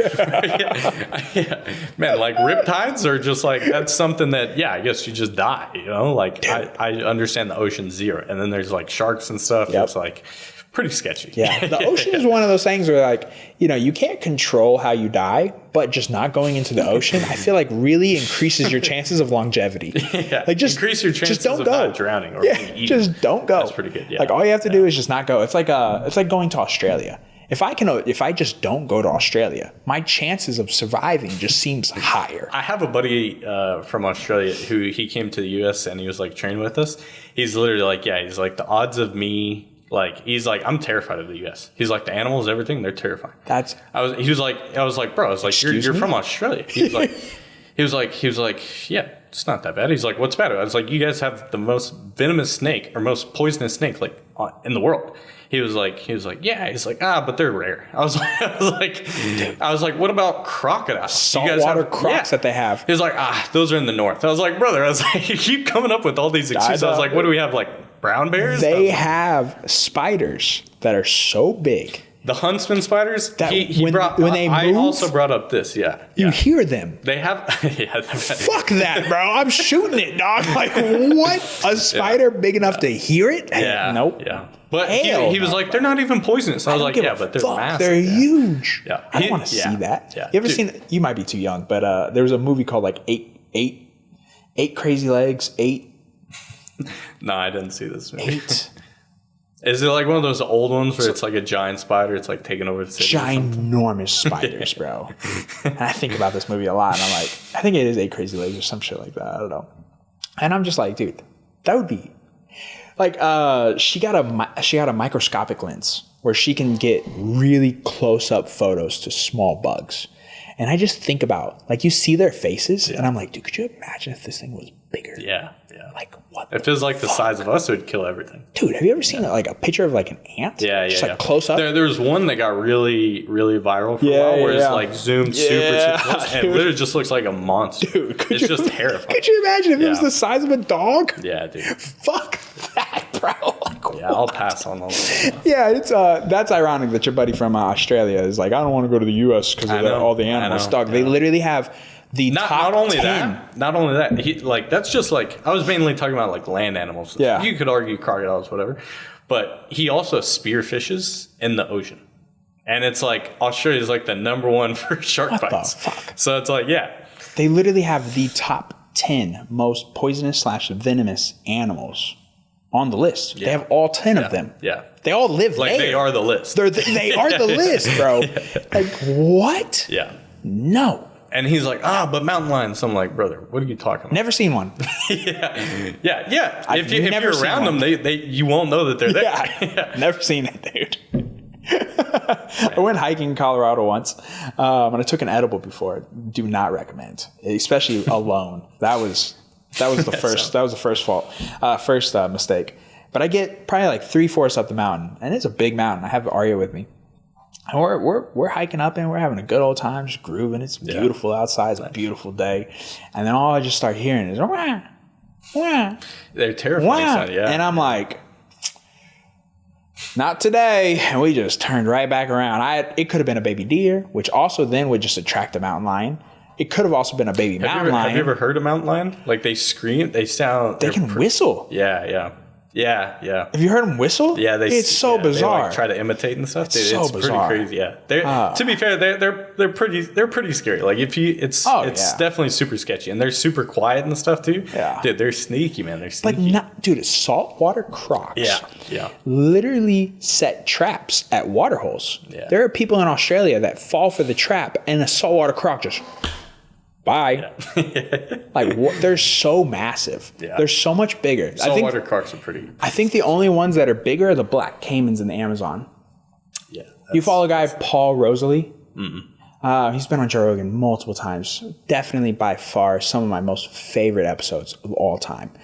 He lives in the Amazon, and he has for the last 20 years. American dude, lived here. I think he's from New York, if I'm not mistaken. That's crazy. Moved from New York. To decide to go from New York to Amazon, just dropped everything. Yeah. Moved to the Amazon. And he's been there now for 20 years. He runs a foundation called Jungle Keepers, where his whole goal is, his whole thing is like saving the rainforest and preserving it.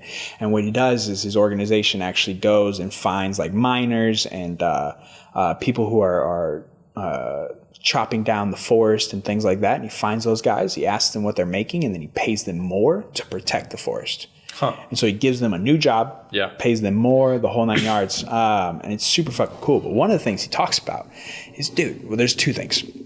One of the things is that he has seen black caimans that are up to 19 feet long. Holy shit. Like, what? I don't think I can like visually imagine that. Huge. Like 19 feet. Ginormous, bro. I mean, this is like probably like 10 feet ceilings or something. Nah, these ceilings, they're like 50. It's massive. The ceilings are insane. It's really tall. The ceilings have, like, we just rent this place, and the ceilings have definitely spoiled us. And I know we're going to go get like a normal house, and the ceilings are going to be like 10 foot. And we're going to be like, what the fuck is this? But see, that's what I'm saying. I thought this was like 10 feet. Bro. Yeah, no, that's what I'm saying. So I can't even imagine 20 feet. Huge. Yeah. And so to give you perspective, that couch is 12 feet long. Yeah, exactly. It still has another 7 inches. You know how you avoid dealing with or those? 7 feet, excuse me. Don't go in the water, bro. Facts. That's what I was saying. Like, I think not going to Australia and choosing not to go in the ocean increases my chances of longevity. There you go. Pretty significantly. I mean, you're definitely staying alive. Dude, like there's just you're some staying ways alive, but the question is, are you living? Dude, there's just some ways I don't want to die. Yeah. Drowning is one of them. Yeah. Drowning sounds pretty bad. Yeah. A shark attack? That sounds awful. Yeah. Sharks. It's very rare bear sneaks up on you. Yeah.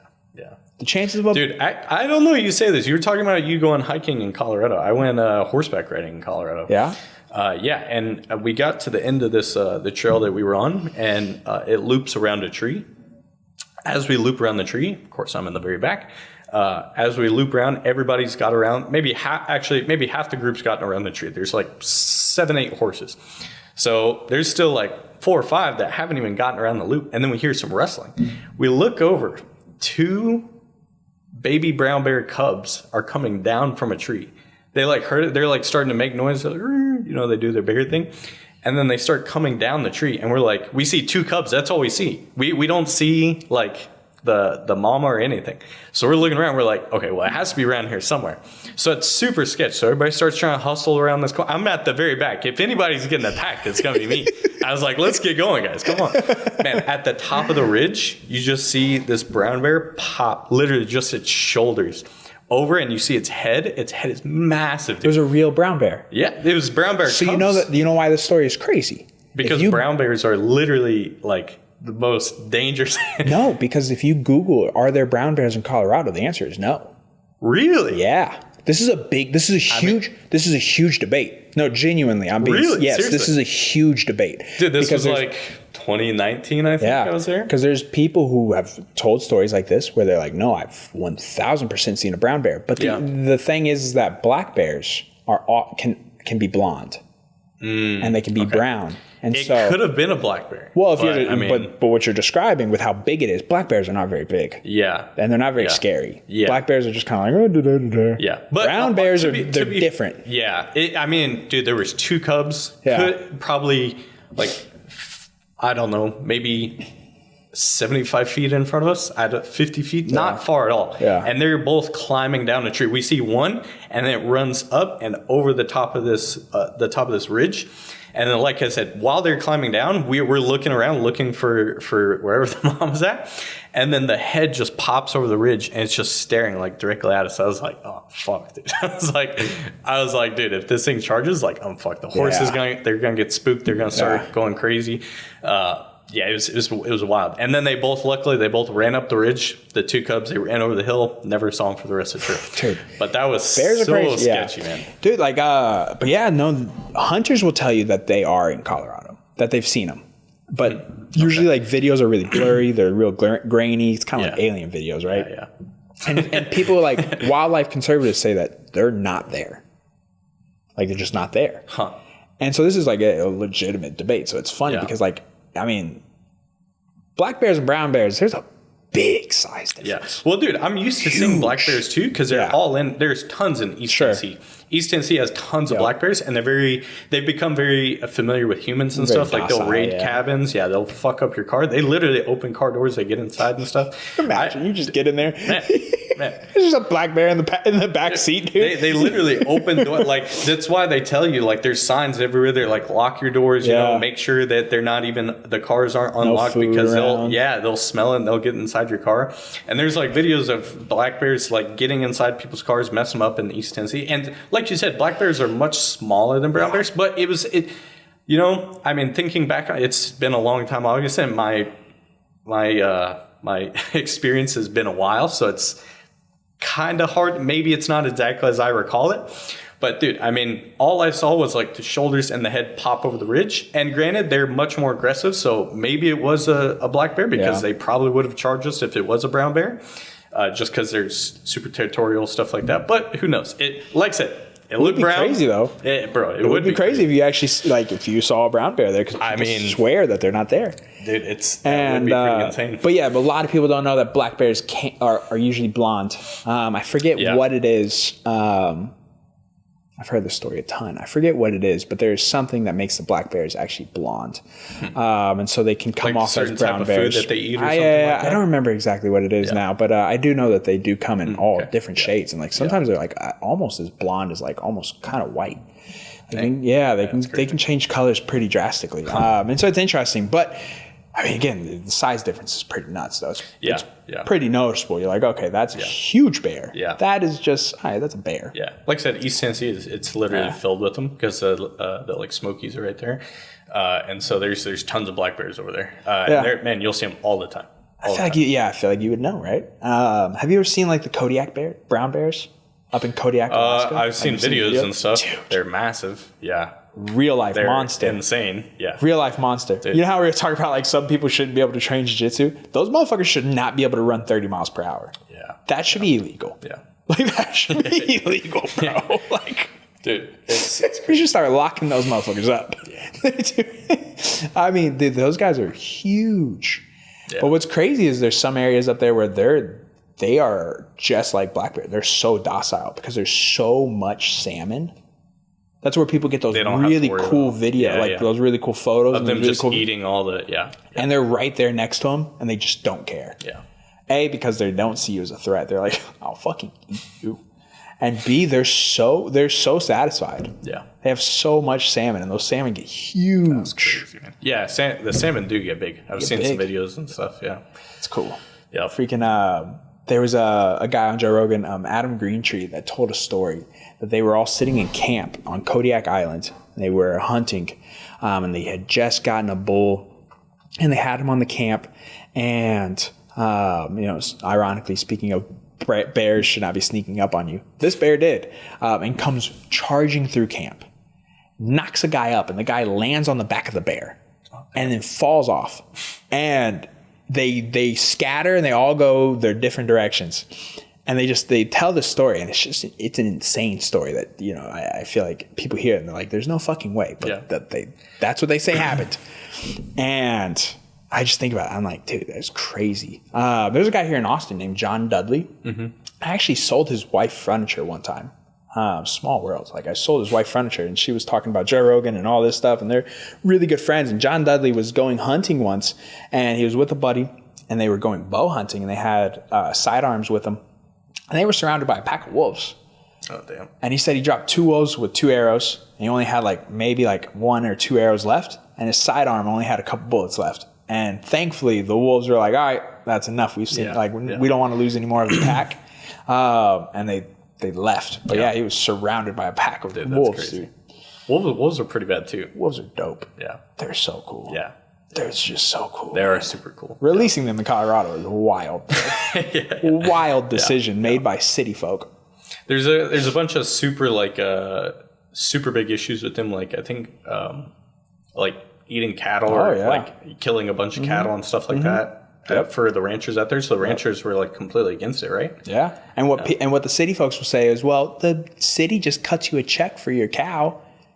And it's like, dog, it's not about the money. That's 600 pounds worth of meat that now I don't get to eat. My community doesn't get to eat. Yeah. It's more than just getting money for the head of cattle. That's not what it's about. I mean, there is an aspect of that, but that's the least of it. For sure. The best part of it is I can feed my family. Yeah. I can feed the community, and just having wolves come in. People have these misconceptions about animals that they just don't kill for fun. They do it all the time. Yeah. They go on just killing sprees. Freaking, wolves will just start killing things. They're practicing. Just like you practice jiu-jitsu, you drill jiu-jitsu, they're drilling, killing things, right? I've made the joke where it's like, I would want to be the wolf that's like, I'm pretty fucking good at this. Of course you want to be good at it. Yeah. That's how you survive. Yeah. And to think that they just go around thinking we only kill when we have to. No, it's just not what's happening. You see bears eat animals alive. They just start munching on their ass. I think they a lot of them treat it like they treat a salmon. They'll start stripping it first, and then they'll start. Yeah, bro. Awful. Yeah. It's awful. At least cats usually have the respect to just put you out. They go for the jugular. Because I think with cats, they can actually sense your veins, so they actually know exactly where the blood is, the important parts, and I guess they can sense it. They kind of have this feeling for it. That's why they're very good killers. And so usually cats put things out and then start munching on them. But bears, wolves, hyenas, wild dogs, they don't just give eat a you. fuck. Yeah. They don't care. They're just munching on you while you're alive. Yeah, fuck that's crazy. That. So what's coming up? What's coming up next for Reese? What's on the docket? Competition wise? Yeah, man, I don't know. I don't know right now, to be honest with you. I don't really have too much on the schedule. Just like I said, right now I'm in a part of my jiu-jitsu where I'm just trying to develop my skills. To be honest, fun. Yeah, man. Yeah, I'm having fun, but also I'm still working. Still working. But as far as competitions go, there's not really too much I have planned, to be honest with you. I applied for some stuff, but as far as things that are like set in stone, man, dude, I genuinely, I don't have anything. So I'm just here to train and, you know, just stay sharp and vibing try and get staying better. ready. Yeah. Getting ready to help teammates get ready for ADCC. Yeah, 100%, man. I think that's really my my role at the moment is, you know, I mean, usually after trials, things kind of lie low for a while. There's like local events and stuff like the Submission or stuff like that. But other than that, man, I mean, yeah, really everybody's just gearing towards ADCC. And honestly, the competition scene kind of shows that because there's not much going on until trials, or until ADCC. And I think after ADCC, there's like world stuff like that, potentially stuff coming up. But man, before ADCC, there's not much. So it's really just, I think my goal is just to, you know, make sure I can prepare my teammates as best I can, be there when they need me. And, you know, that's why it's important to stay in the training room, you know, like even if I'm not competing, you know, my teammates are, you know, I can always be at least useful to them. And plus, like I said, I get to kind of develop my skills a little bit more, try and focus on what I get to be a bit more playful. And then when they need me, I can give them hard rounds. So that way I don't just come in. I'm not a fat slob, you know, coming in and I'm all out of shape and stuff. And then they get like subpar training rounds because they're in the best shape that they can be in. So yeah, I mean, man, I'm still going to be training. But as far as right now, me personally, I don't have a ton of stuff coming up. Just focus on trying to stay on social media, just post my stuff, kind of focus on more the content aspect. Yeah, the building my brand and stuff like that, taking a second, you know, just that's about it for me right now, man. Yeah. You said something that's super important. I don't think everyone always thinks about it that way, is that like it's your responsibility right now to make sure Dorian, that they're ready. And the way that you do that is by you also staying in shape. And you making sure that you're trying to kill them every time, respectfully. For right? Sure. Because I talk about this a lot in like MMA. Like, dude, if your teammates aren't trying to fucking murder you, the guy in the cage is gonna. Yeah. And it's your responsibility as that person's teammate. If you truly care about them, you should be trying to put it on them. Sure. In a respectful way. Yeah. Right? Sure. Not trying to like break their leg or knock them out, right? But there's certain things really you can do putting too. it on them. Yeah. Keeping a good pace. 100%. You know? Yeah. Just like man, like say you're going against a guy that plays a certain way. It's like, dude, it's like, okay, let's try and mimic that. You know what I mean? I think that training like that is super beneficial. At least I find whenever guys help me out and they train like that, it's beneficial for me. And so, cause you know, there's like, I think in the gym, everybody tries to do jiu-jitsu, and sometimes when you go compete, that's not the case. You know, people try to play cagey, they try to, you know, just score a takedown and circle and win off of that. Yeah. So playing like that is kind of, it's something that I have to like mentally be like, okay, I know this guy is prepping for this. I'm going to, and I'll talk to guys, be like, you know, like, what are you trying to do? And, you know, if they're trying to expect cagey opponents, I'm like, okay, I'll just play cagey. And then, you know, I do my best to imitate that. And it's definitely helpful because you don't get, like I said, you don't get that when you're typically training. When I typically train with Andrew, you know, like I said, Dominic, Dorian, all those guys, they play their games, and, you know, we're doing jiu-jitsu, you know, we're not trying to like run away from each other. Whenever you have somebody that's just trying to run away, a lot of times, like I said, you know, whenever you're in that skill development phase, you take a lot more risk, you give a lot more up. And so if you do that in a match, you know, you give something up and then they score and then you're down. Now it's like, well, fuck, you know, I'm down, and, you know, they're not coming forward. They're not giving me anything at all to work with. So I think just basing training on that can be helpful for sure for some people.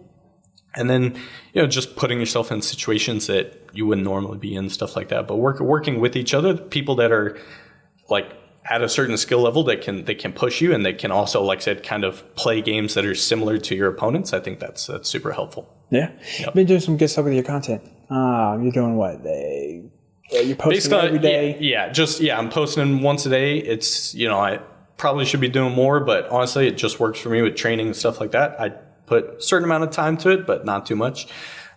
Basically, just every week I'm doing like a new type of breakdown or something, some different type of thing. Like this week I did like submissions, finishing details, so like a detail to each different submission that a lot of people probably don't know, or like, you know, I think what I do the other week, I did like defense. So last week I did like 7 days of like defense and counters. So each week is just something new, just an idea I'm playing with, and just something that seems to be working that people enjoy. So yeah, I'll probably just keep putting stuff out like that, man. Yeah, I think that's a good, it's obviously working, right? You got everybody like posting these breakdown videos. Yeah. And I think it's super valuable. And I think a lot of people can learn a lot of things. And I think a lot of people enjoy those. And it's a small drip, right? Where it's not so much detail where somebody wouldn't sign up for like a platform of yours, or like sign up for a class of yours or a private of yours or whatever, right? Well, it's also hard to teach like a whole technique in like 30 seconds when people's attention spans are literally like zero. Yeah. So it's just something quick and easy that people like. And then, you know, occasionally I'll throw in like a funny video or something like that with somebody's feet. Yeah, I know. But yeah, no, for the most part, man, it's just like, you know, one small thing that if somebody actually watches it and wants to learn, they can actually take something away from it. But if they're just looking to just scroll, then, you know, it also catches their attention a little bit as well. So yeah, no, it's smart. And it's something that the Kingsway boys are doing very well. Man, yeah, honestly, dude, like everybody else is much better at than me. I'm kind of late. I was the last one on the train, so to speak. I didn't start posting stuff until like very recently. Yeah. Everybody else was like posting stuff, and they kept trying to get me to make stuff, I was like, all right, fine, I'll give it a shot. So I started making stuff, and then, it's been going well, man. It's been going well. It's just like I tried to keep it to minimal amount of editing possible. Just the most basic stuff. And then, I try to do stuff, you know, I try not to copy and paste from other people's stuff. I try to, you know, like I'm doing my own thing, like weeks, you know, day 1 through 7 or whatever, and then just restarting each week. That way people have some stuff to look forward to. You know, they have an idea of what I'm going to be posting that week. If anybody follows me that closely, which there's probably nobody that does. No, there's definitely people that do. Yeah, for sure. But no, man, you know, just something that people enjoy and stuff like that. And something that is easy to do that I enjoy. That's not, like I said, I don't want to be a copy and paste of everybody else. It's kind of my own spin on the whole breakdown. Yeah, you're putting your own thought into it, right? But there's obviously a method that works. Giving someone a detail on something in a short form. Yeah. It's been working. It's been proven to work, but you're putting your own little spin on it. Yeah. And it starts off as like, okay, minimum effort. Like I want to get this out as easy as possible, little editing, and then you'll start to enjoy it. Yeah. And then you'll start to kind of build it up. But at least that's what happened to me. Like, you know, editing this and like editing clips and stuff. Like at first you're like, okay, as simple as possible. Yep. And then as it goes on, it gains a little bit of traction. People start to like it, or people start to notice the little things that you've done. And you're like, okay, let's keep adding things. Yeah. The most like, when I first started, it was the most frustrating thing was you would like edit a video like a ton and spend like a lot of time on it, and it does like absolutely terrible. Then you edit a bit, you're like, I'll just put this video out there, and it does like really well, and you're like, dude, I literally did nothing. So I've just found like if I can just edit them all the same, like, and have zero attachment to like how they do or anything like that, I'm like, all right, I'm fine. I literally just like don't care. I just post it and I get off, and that's it. Yep. Fucking post and ghost. Turn off all your notifications. Yep. Don't look at none of them. If I could not come back social later. Media, 100%. Oh, 1,000%. I think like if I didn't actively compete in jiu-jitsu, I'd probably delete social media. Yeah, but you have to have it.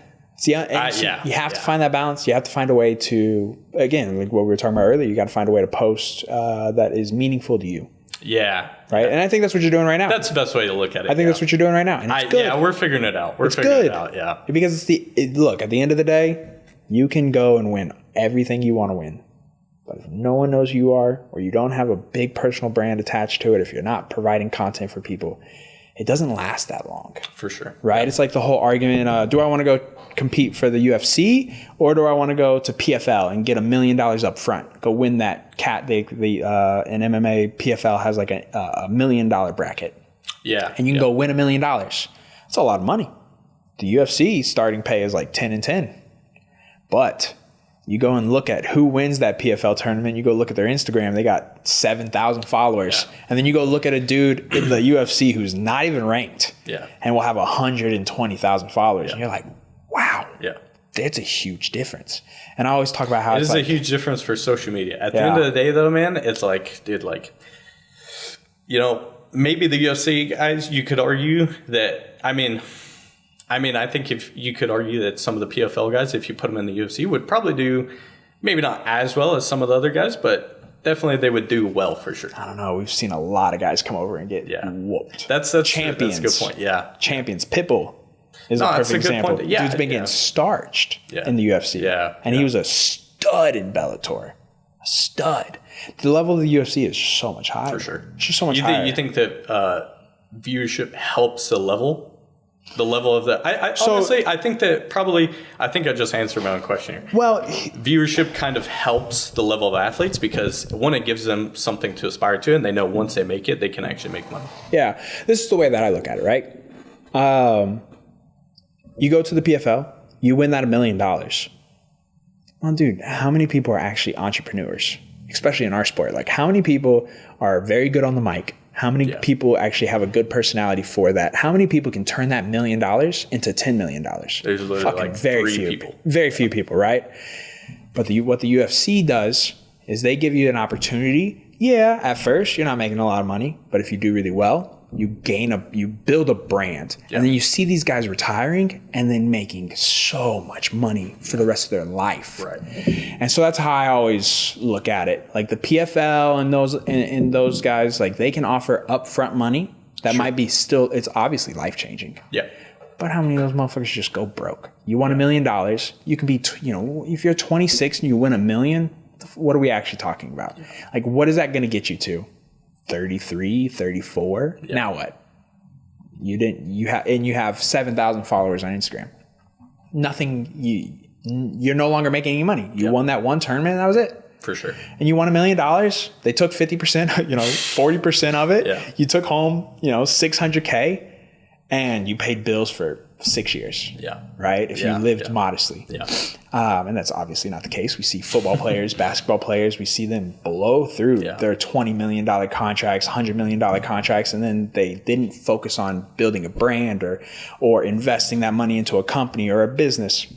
And then they go broke. But you see these guys in the UFC that start off, they're not making a ton of money, but they gain this social media presence, they gain a name, they gain a brand, and then you see them, whether it's creating a YouTube channel or whether it's doing Instagram content or whether they start a company or like what Volk is doing, dude, a cooking show. And now he has his own protein bar, right? The UFC has built that avenue. Sure. Am I saying like they couldn't pay people more up front? I don't know, dude. It's a fucking business. Like, of course they're gonna squeeze it. As much profit. Of course. It's a business, right? But they've also have built the biggest and most recognizable fighting brand. When people say, you do UFC? you do, exactly, right? That right there just proves like what they did. Yeah. Because they're like, oh, you do UFC? UFC is not a fucking thing. It's the brand, right? It's not a combat sport. It's not a martial art. But people don't even know who the PFL is half the time. Yeah. They don't even know what Bellator is. Yeah. They don't know what one championship is. And one championship's a pretty big one. Yeah. But you go up to an average person who maybe casually watches the UFC and be like, hey, you ever watch one championship? I would say it's probably bigger outside the US, though. Sure. Yeah. Sure. It's because Muay Thai. Yeah. For sure. Yeah. Muay Thai is just way bigger outside of the US, so is kickboxing. Sure. Yeah. I hope that either the UFC, I think they are actually, Fury has started doing kickboxing bouts. So I hope they bring some more, because I think kickboxing and Muay Thai, pure kickboxing. Fury is like a Peter for the UFC, isn't it? Correct. Yeah. Yep. It's kind of like Submission Hunter Pro, where they have that relationship. And so I think, I just think like, of course, like the guys up front, if you don't make it after that 3-fight contract and you don't make it, well, you just didn't make it. But the guys that do make it, I just think that they're way better off than the people that are over here 8 times out of 10. Sure. Because most people are not taking that $1 million that they just won and building something. Yeah. I just don't think everybody has that mindset or that desire or the know-how. It's hard. Yeah. And so I think that's always my argument between the two. Do you want upfront money? Do you know what to do with it? Or do you want slow drip forever money? That's how I look at it. That's fair. Yeah. That's fair. Yeah. You're saying for the champions, correct? Just in general. No, but I was saying like in general, like if you take like a PFL guy or a Bellator guy, even their champions, Patty Mix, for instance, or Patchy Mix, for instance, Bellator champion before he came over to UFC. He was undefeated, starching everyone in Bellator. 35,000 followers. I know a guy at Ambush, Jackson Glass, who was 17 at the time, who had more followers on Instagram just because he had fought for like Fury or he had fought for these different promotions. He was also constantly pumping out content, right? And so he was putting an effort towards it. And so it's just like, who are brands going to want to work with? Well, they don't even know this guy, but he's at top of the world. He was one of the best 135ers in the world. Yeah. And when he came over to the UFC, he's done well. Yeah, he's struggled, but I think he just took him too long to jump over.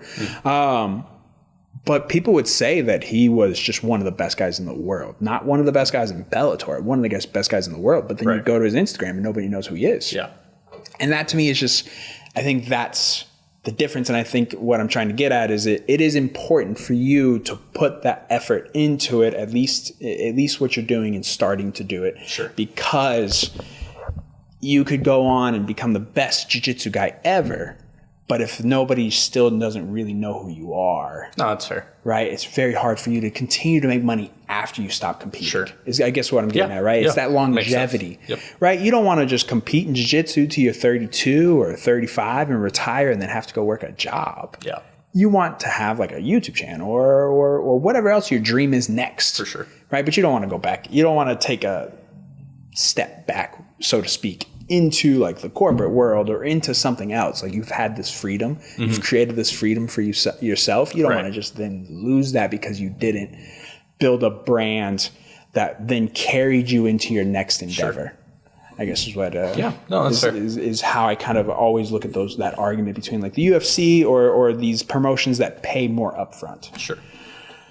Because everyone's always like I want to go to the Netflix one or the MVP or whatever, the Jake Paul stuff, and they see Jake Paul doing it and making this absurd amount of money up front, but that's a very few and in between. Sure. Right? And so I don't know. That's something that I've always thought about between those two. But what's your favorite promotion to watch?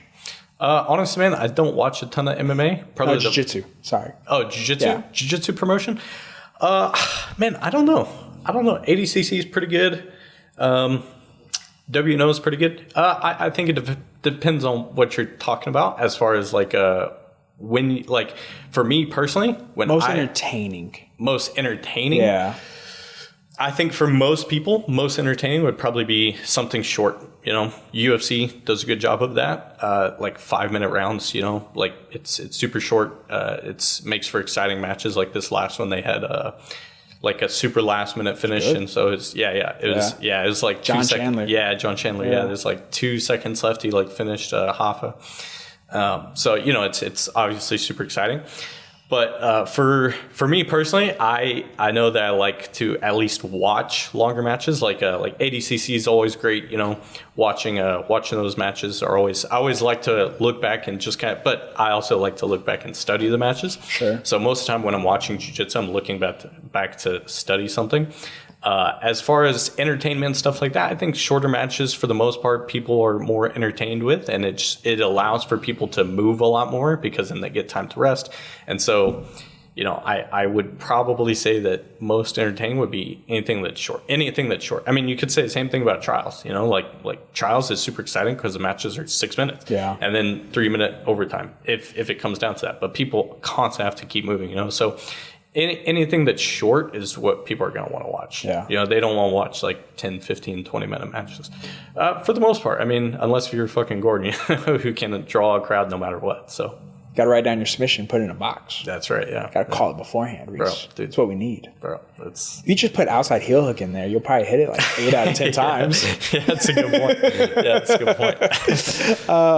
You ever watch the PGF? Or do you have any desire to compete for the PGF? I actually have competed. I won one of the seasons. When was this? It's before they moved to Vegas. Okay. Yeah. So I won one of the seasons whenever they were still doing the show. Oh shit. So I know a lot of people don't know I even compete on it, but I won their first. I think it was 155. I won that one, and then they redid it, the 155, and it was supposed to be like a week. And so I was actually in that one. I was going to do that one, but then I think they kind of changed it to like a month long. Mm-hmm. It just didn't really make sense. Sure. It was hard to kind of schedule everything, and I think that they've changed a lot now. They continue to kind of change it up. So I think even this next season is going to be different than the last couple seasons. Doing a 5-man team at each weight class. Yeah. So I might look into it. We'll see. But so from my understanding was that they did the 155. It was going to be a week originally. But then it was like a month out, and then they were like, all right, guys, we're going to cancel it. We're going to postpone it. They postponed it, and they didn't cancel it. They postponed it. And man, there was a ton of really high-level guys that were in it for the week. And I know a lot of guys really couldn't do it whenever they moved it to a month. But it seems like moving it to a month kind of worked out for them. They got like teams and stuff like that. They're kind of still doing the month thing. So it seems to be working out. It just didn't make sense for me at the time to do it, though. So I was definitely – I wanted to. I really wanted to. But it was just, it's hard to, be away from not just like your where you teach at and stuff like that, but that's hard enough too. People in gyms, stuff like that. People have it's expensive. Teaching. Yeah, exactly. And you had to cover like everything, so it was definitely super expensive. And not only that, but the people who rely on you, you're gonna be like, all right, I'm gonna be gone for a month. Like a week is understandable, but like a month, man, it's like, damn, bro, that's a long time. Yeah. So. It wasn't bad or anything like that. It was just personally didn't work for me. That's fair. So hopefully in the future I can, work something out where I can, I think if I had enough time, I probably could plan something, but it was just like within the time that I was given, it was just hard last minute to plan stuff. So freaking, from a fan's perspective, it's the most fun to watch. Yeah. It's so much fun. Do you, I'm curious from a fan perspective, do you like the week version or do you like the month version better?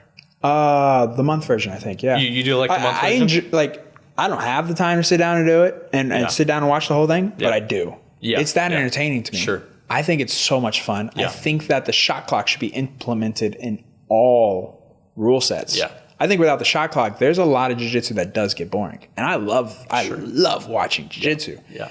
But we talk about it ad nauseam, like fucking hand fighting for 10 minutes. Yeah. God damn it, dude, I hate it. I hate it. Yep. Right? Like when the rules tell you like you can't pull guard or like there's rules specifically I think it just kind of just takes away from like the overall viewing perspective. Because if you make two jiu-jitsu guys wrestle that don't wrestle and they're sitting there just hand fighting and neither of them are confident enough to take a shot. Bruh, please let one of them sit down. Just let them do it. Yeah. Just let them do it. That's fair. And I just think the shot clock is so much fun. I think it makes it so much fun, and I think it just really makes guys make mistakes, and then you get to see how good the person is if they can capitalize on those mistakes. And I think that's why Dominic came in 3 weeks late and then just soared to the top because he's just so good at capitalizing on someone making a mistake, and he would force people to make mistakes and play to that rule set and force them into a shot clock. And then when they would fuck up, sub them. And I think from a viewer's perspective, I know a lot of competitors. Dominic was an outlier. Dominic said he absolutely just loved it. He said it was his most, like he just had so much fun doing it. But I know a lot of competitors that I've talked to that do not like it that much because the shot clock forces them to make a bad decision. And some people, they don't like that aspect of it, which in my opinion, I think it's like you should figure it out. Like you got to figure it out. And that was what Dominic was saying. He was like, if you're good, you're going to figure it out. And BMAC, he always talks about how the PGF is not here to find the guys with the greatest jiu-jitsu. Sure. But at the end of the season, the guys with the greatest jiu-jitsus almost always end up in the playoffs and they almost always win it. And so it's like, you can't, Jet almost always he gets to the finals almost every time. And he's like, Jet is clearly one of the best guys in the bracket every single time. Yep. And so like you're going to figure it out. And I think the best guy does end up eventually over the whole season, does end up winning or getting close to winning the whole thing. Yeah. And I think it's just interesting, like how they're expanding. They got, I think, 6 to 8 franchise teams, and they're moving to 2 days a week this year or next year. They have 6 teams now. I think they're up to 8. 8 teams. I think they're up to 8, and they're moving to Tuesdays and Thursdays or Tuesdays and Wednesdays. They're doing 2 times a week. They're doing 2 times a week now. So they'll do 4 teams each night. So my understanding is that it's different weight classes too. On each they're team, doing right? 135, 145, 155, 170. No, 145, 155, 170, 185, 205. Yeah, 5-man teams. 1 guy at each weight class. Yeah. And I'm excited to see it. I think it's just another great avenue. I know last year we knew a lot of guys in that, and a lot of them didn't even go to the playoffs because it just wasn't worth it. Yeah. And I think obviously kind of the same thing as the UFC. Like, they have to build it up. They're trying to build a business. Cost a lot of money. They have a lot of incredible sponsors. They have a lot of different things that they're doing to drive it in, a lot of promotional stuff. They're spending a lot of money on advertisement, so it takes a while for that part to catch up. And I think it'll get to a part where I think a lot of the teams actually cover the housing now, or at least I think they did this last season. That's what I've heard, is that the teams have started to help cover stuff like that. Yeah. And I think, like I said, it was whenever they changed it was like the initial season I was supposed to be on, so that's why I just did it. It's not that I didn't want to do it either. I don't even think the teams covered it last year though. Oh, really? Not as a whole. I think one team. Okay. I think there was an organization that put one team in a house and they paid for it, but I don't think the other teams were actually paid for as well. So just this last season, it sounds like, I don't know this to be I don't know this to be a fact, but it sounds like the teams actually paid for the housing, and so these guys were actually able to then stay for the playoffs. That's right. Because look, from the PGF's perspective, what are we at? Oh, the 8th team. So the 8th team hasn't been announced yet, but we're at the Las Vegas Kings, the Alabama Twisters, the Philadelphia Phenoms, the Colorado Wolverines, St. Louis Outlaws, the Carolina Copperheads, the Houston Wranglers. And then the 8th team is coming. Every week. Yeah. 8 teams, 5 weight classes. When you kick Aria, she's been snoring. I've already nudged her once. Oh, yeah, I'm just going to let her snore. She's good. It's a pretty deep snore. It is a pretty big snore. I can hear it, yeah. But yeah, they're doing, it's just another cool avenue. For sure. Yep. There it is. 145, 155, 170, 185, and 205. All run in one season. Huh. So there you go, dude. That 145, that 155 spot. Ooh, might have to, man. Might have to. We'll see. We'll see for sure. I just think it's January 17th. Oh, that's a draft, huh? Okay. I think what they're doing is really cool. I'm sure there's a lot of pay stuff, behind the scenes stuff that may not always make sense for the athletes. I just think from a viewer perspective, with all of that being put aside, just from what they're doing from a viewership perspective and what they're doing for fans is really fucking cool. It's like season 10 qualifiers begin in July. Gotcha. Interesting. Yeah, I just it's fun to fuck. It's just fun, dude. Yeah. It's fun. No, the shot clock just makes it so much more fun. Yeah. No, I agree. It is, honestly, whenever I competed, I did enjoy it. It was a good time. I think the season that I did was actually interesting. It was like we actually did it teams as well. Did they have the shot clock? I don't know if they had the shot clock yet or not. Okay. Actually, no, I don't think they did. No shot clock. I don't think they did. This was season 4 or something like that. Okay. So it's been a minute. But yeah, no, it was a good time. I really did enjoy it. It was cool. We got to stay out there for a week. But like I said, just a month at the time would have been really hard. I'm definitely not opposed to being on PGF. They always run a great show. I really like Brandon. And I'm one of the fucking season champs, so I'll have to get back on there for sure. Do it, Reese.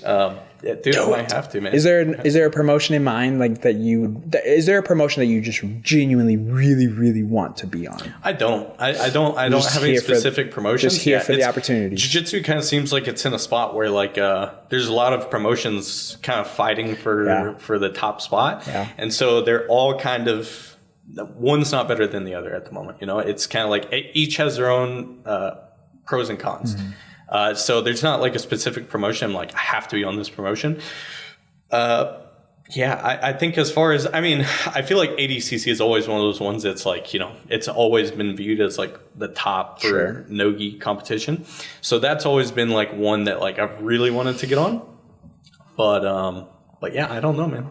Right now it's like, you know, ADCC is already coming. So it's like, you know, I don't really have to worry about that for another little while at least. So with the promotions available, it's like, there's like UFC, there's like even Polaris, you know, over in the UK doing stuff. I think they just had there he is. They just had a match. Yep. Look at that. That's right. Ooh, 8 win streak. B-Mac, get this man. Tell this man or one of the teams 60% finish rate. That's it, bro. That's it.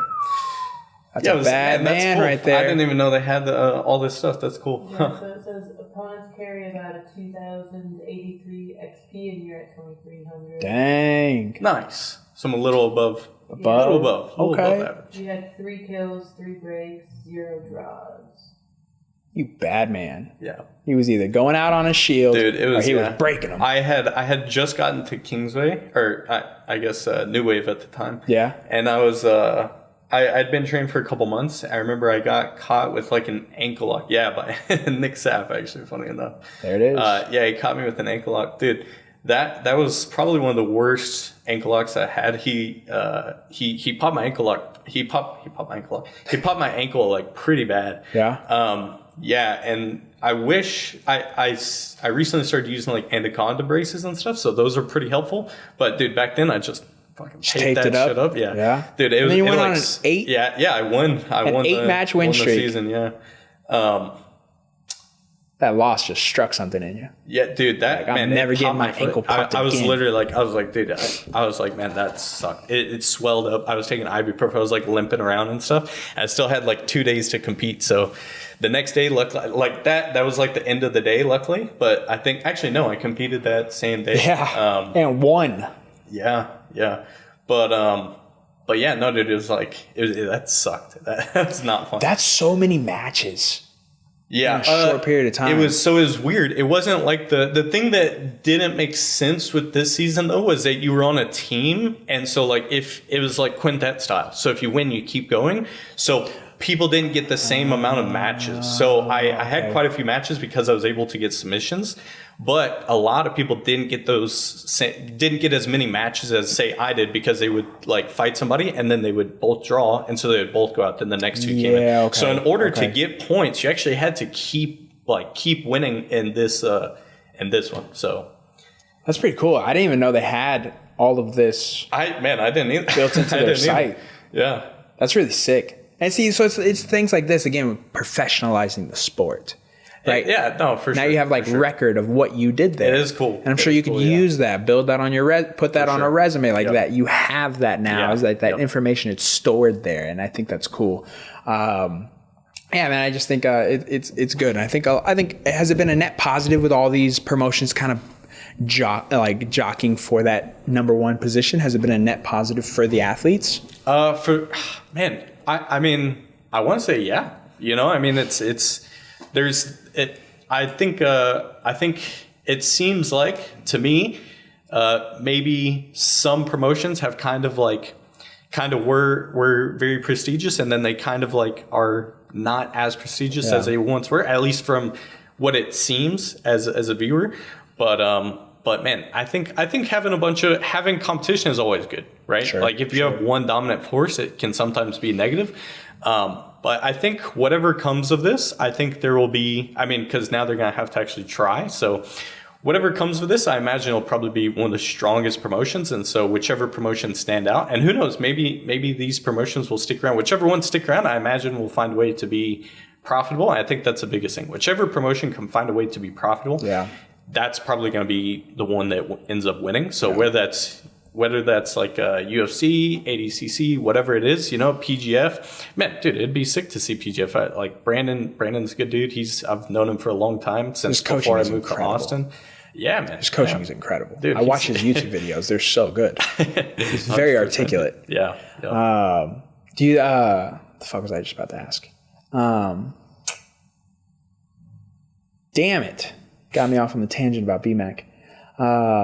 Just talking about promotions and stuff like that. Fuck. Yeah, dude. Like, the UFC BJJ had a rocky start. Oh, that's what I was gonna ask. The BJJ Opens, the UFC Opens. Do you have plans on doing those? That's pretty exciting. Yeah, man, I definitely am not opposed to it. Like I said, I don't have like any specific desire to compete for any specific organization right now. Like I'll compete for as much as I can, honestly. But yeah, dude, UFC BJJ coming out with Opens is definitely interesting. I also noticed that they're doing is they're going to pay the winner of each Open in the advanced divisions. Oh, really? Yeah. So kind of like what Naga's doing right now. Yeah, pretty much. I was actually looking at the rule set too the other day. So I have been looking at. I forgot about the UFC Opens, so I've been looking at them. Now we're cooking. Let's go. Getting some insider information. The rule set's pretty cool. There's like a bunch of different stuff. They kind of combine like IBJJF and ADCC and even some like wrestling. I think there's like maybe for certain divisions there's like tech falls. Really? Yeah, so you can actually win by like a certain amount of points. Which I don't know if it's good or bad, but it's interesting. It's another new rule set. So who sees?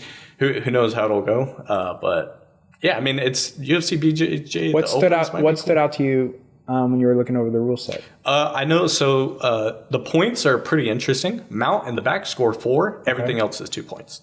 Guard pass, everything else is 2 points. So you get to mount or you get to the back, it's 4, right? It makes the number even.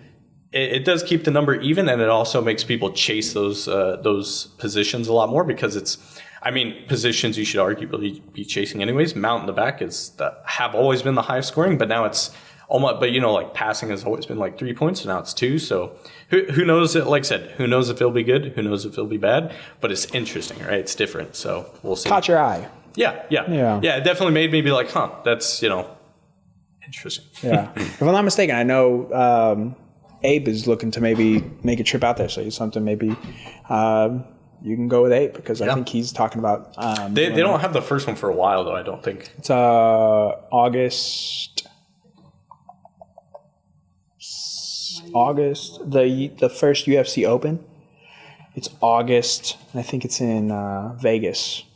It is in Vegas, yeah. August something, like August 17th, August 19th. Okay. So not too far. No, not too far. A month and a half. What's up? 22nd, 23rd. 22nd and 23rd. Okay, yeah. It's coming up. And then I think they just announced 2 more, one in Arizona and one in Fort Lauderdale, Florida. Okay. And I think both of those are in September, if I'm not mistaken. I could be wrong, but I think that's what I just saw. They had announced 2 more. And so, yeah, I mean, I think it's interesting. And I think to your point, options, competition is always better. Yeah. Phoenix is September 12th and 13th. I don't know what Fort Lauderdale is.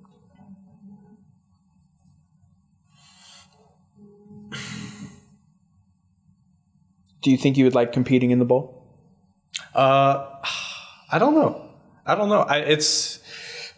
The bowl is just, it seems kind of weird. It's like, it's just something I've never really like experienced before. Yeah. Everything I've ever done has been on a flat mat. So, I would definitely, if I have to compete, then I'll have to compete. Of course. Are they going to have bowls at the UFC Open? I would find that very hard to believe. Yeah. That seems like they have like very 8 bowls.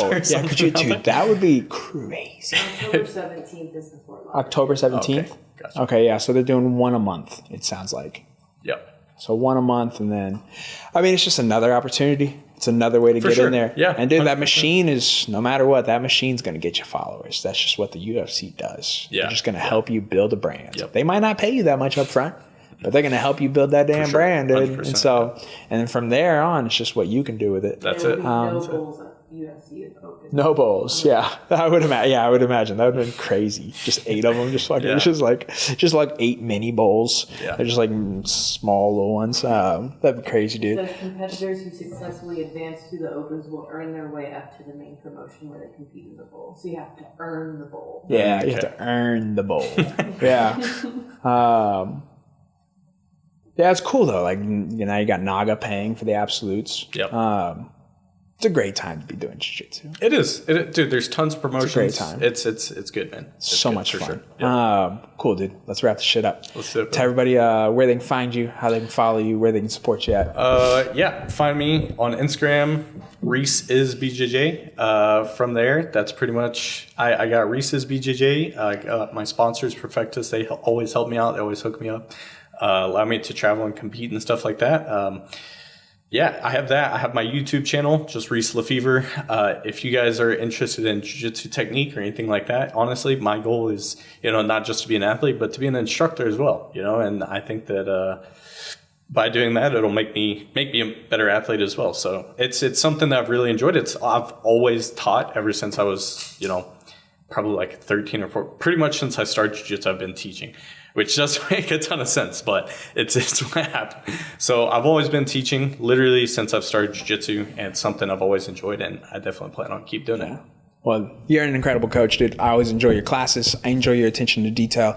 Yeah, dude. I just have a ton of fun watching you compete. I appreciate it, man. We'll get back out there sometime soon. But for now, we'll just be in the room. Yeah, enjoy it. Enjoy that break, that stint. Oh, yeah. Heal up, recover, learn some new shit. That's it, bro. Ready to come back out. Yes, Get sir. your lick back on Gianni. Oh, yeah. Yeah. We'll get it back. You did great, man. Yeah, dude. Appreciate you doing this. Yes, sir. Super proud of you. Keep fucking crushing it. And we'll do it again. Let's do it, man. Doses, guys. See you next week.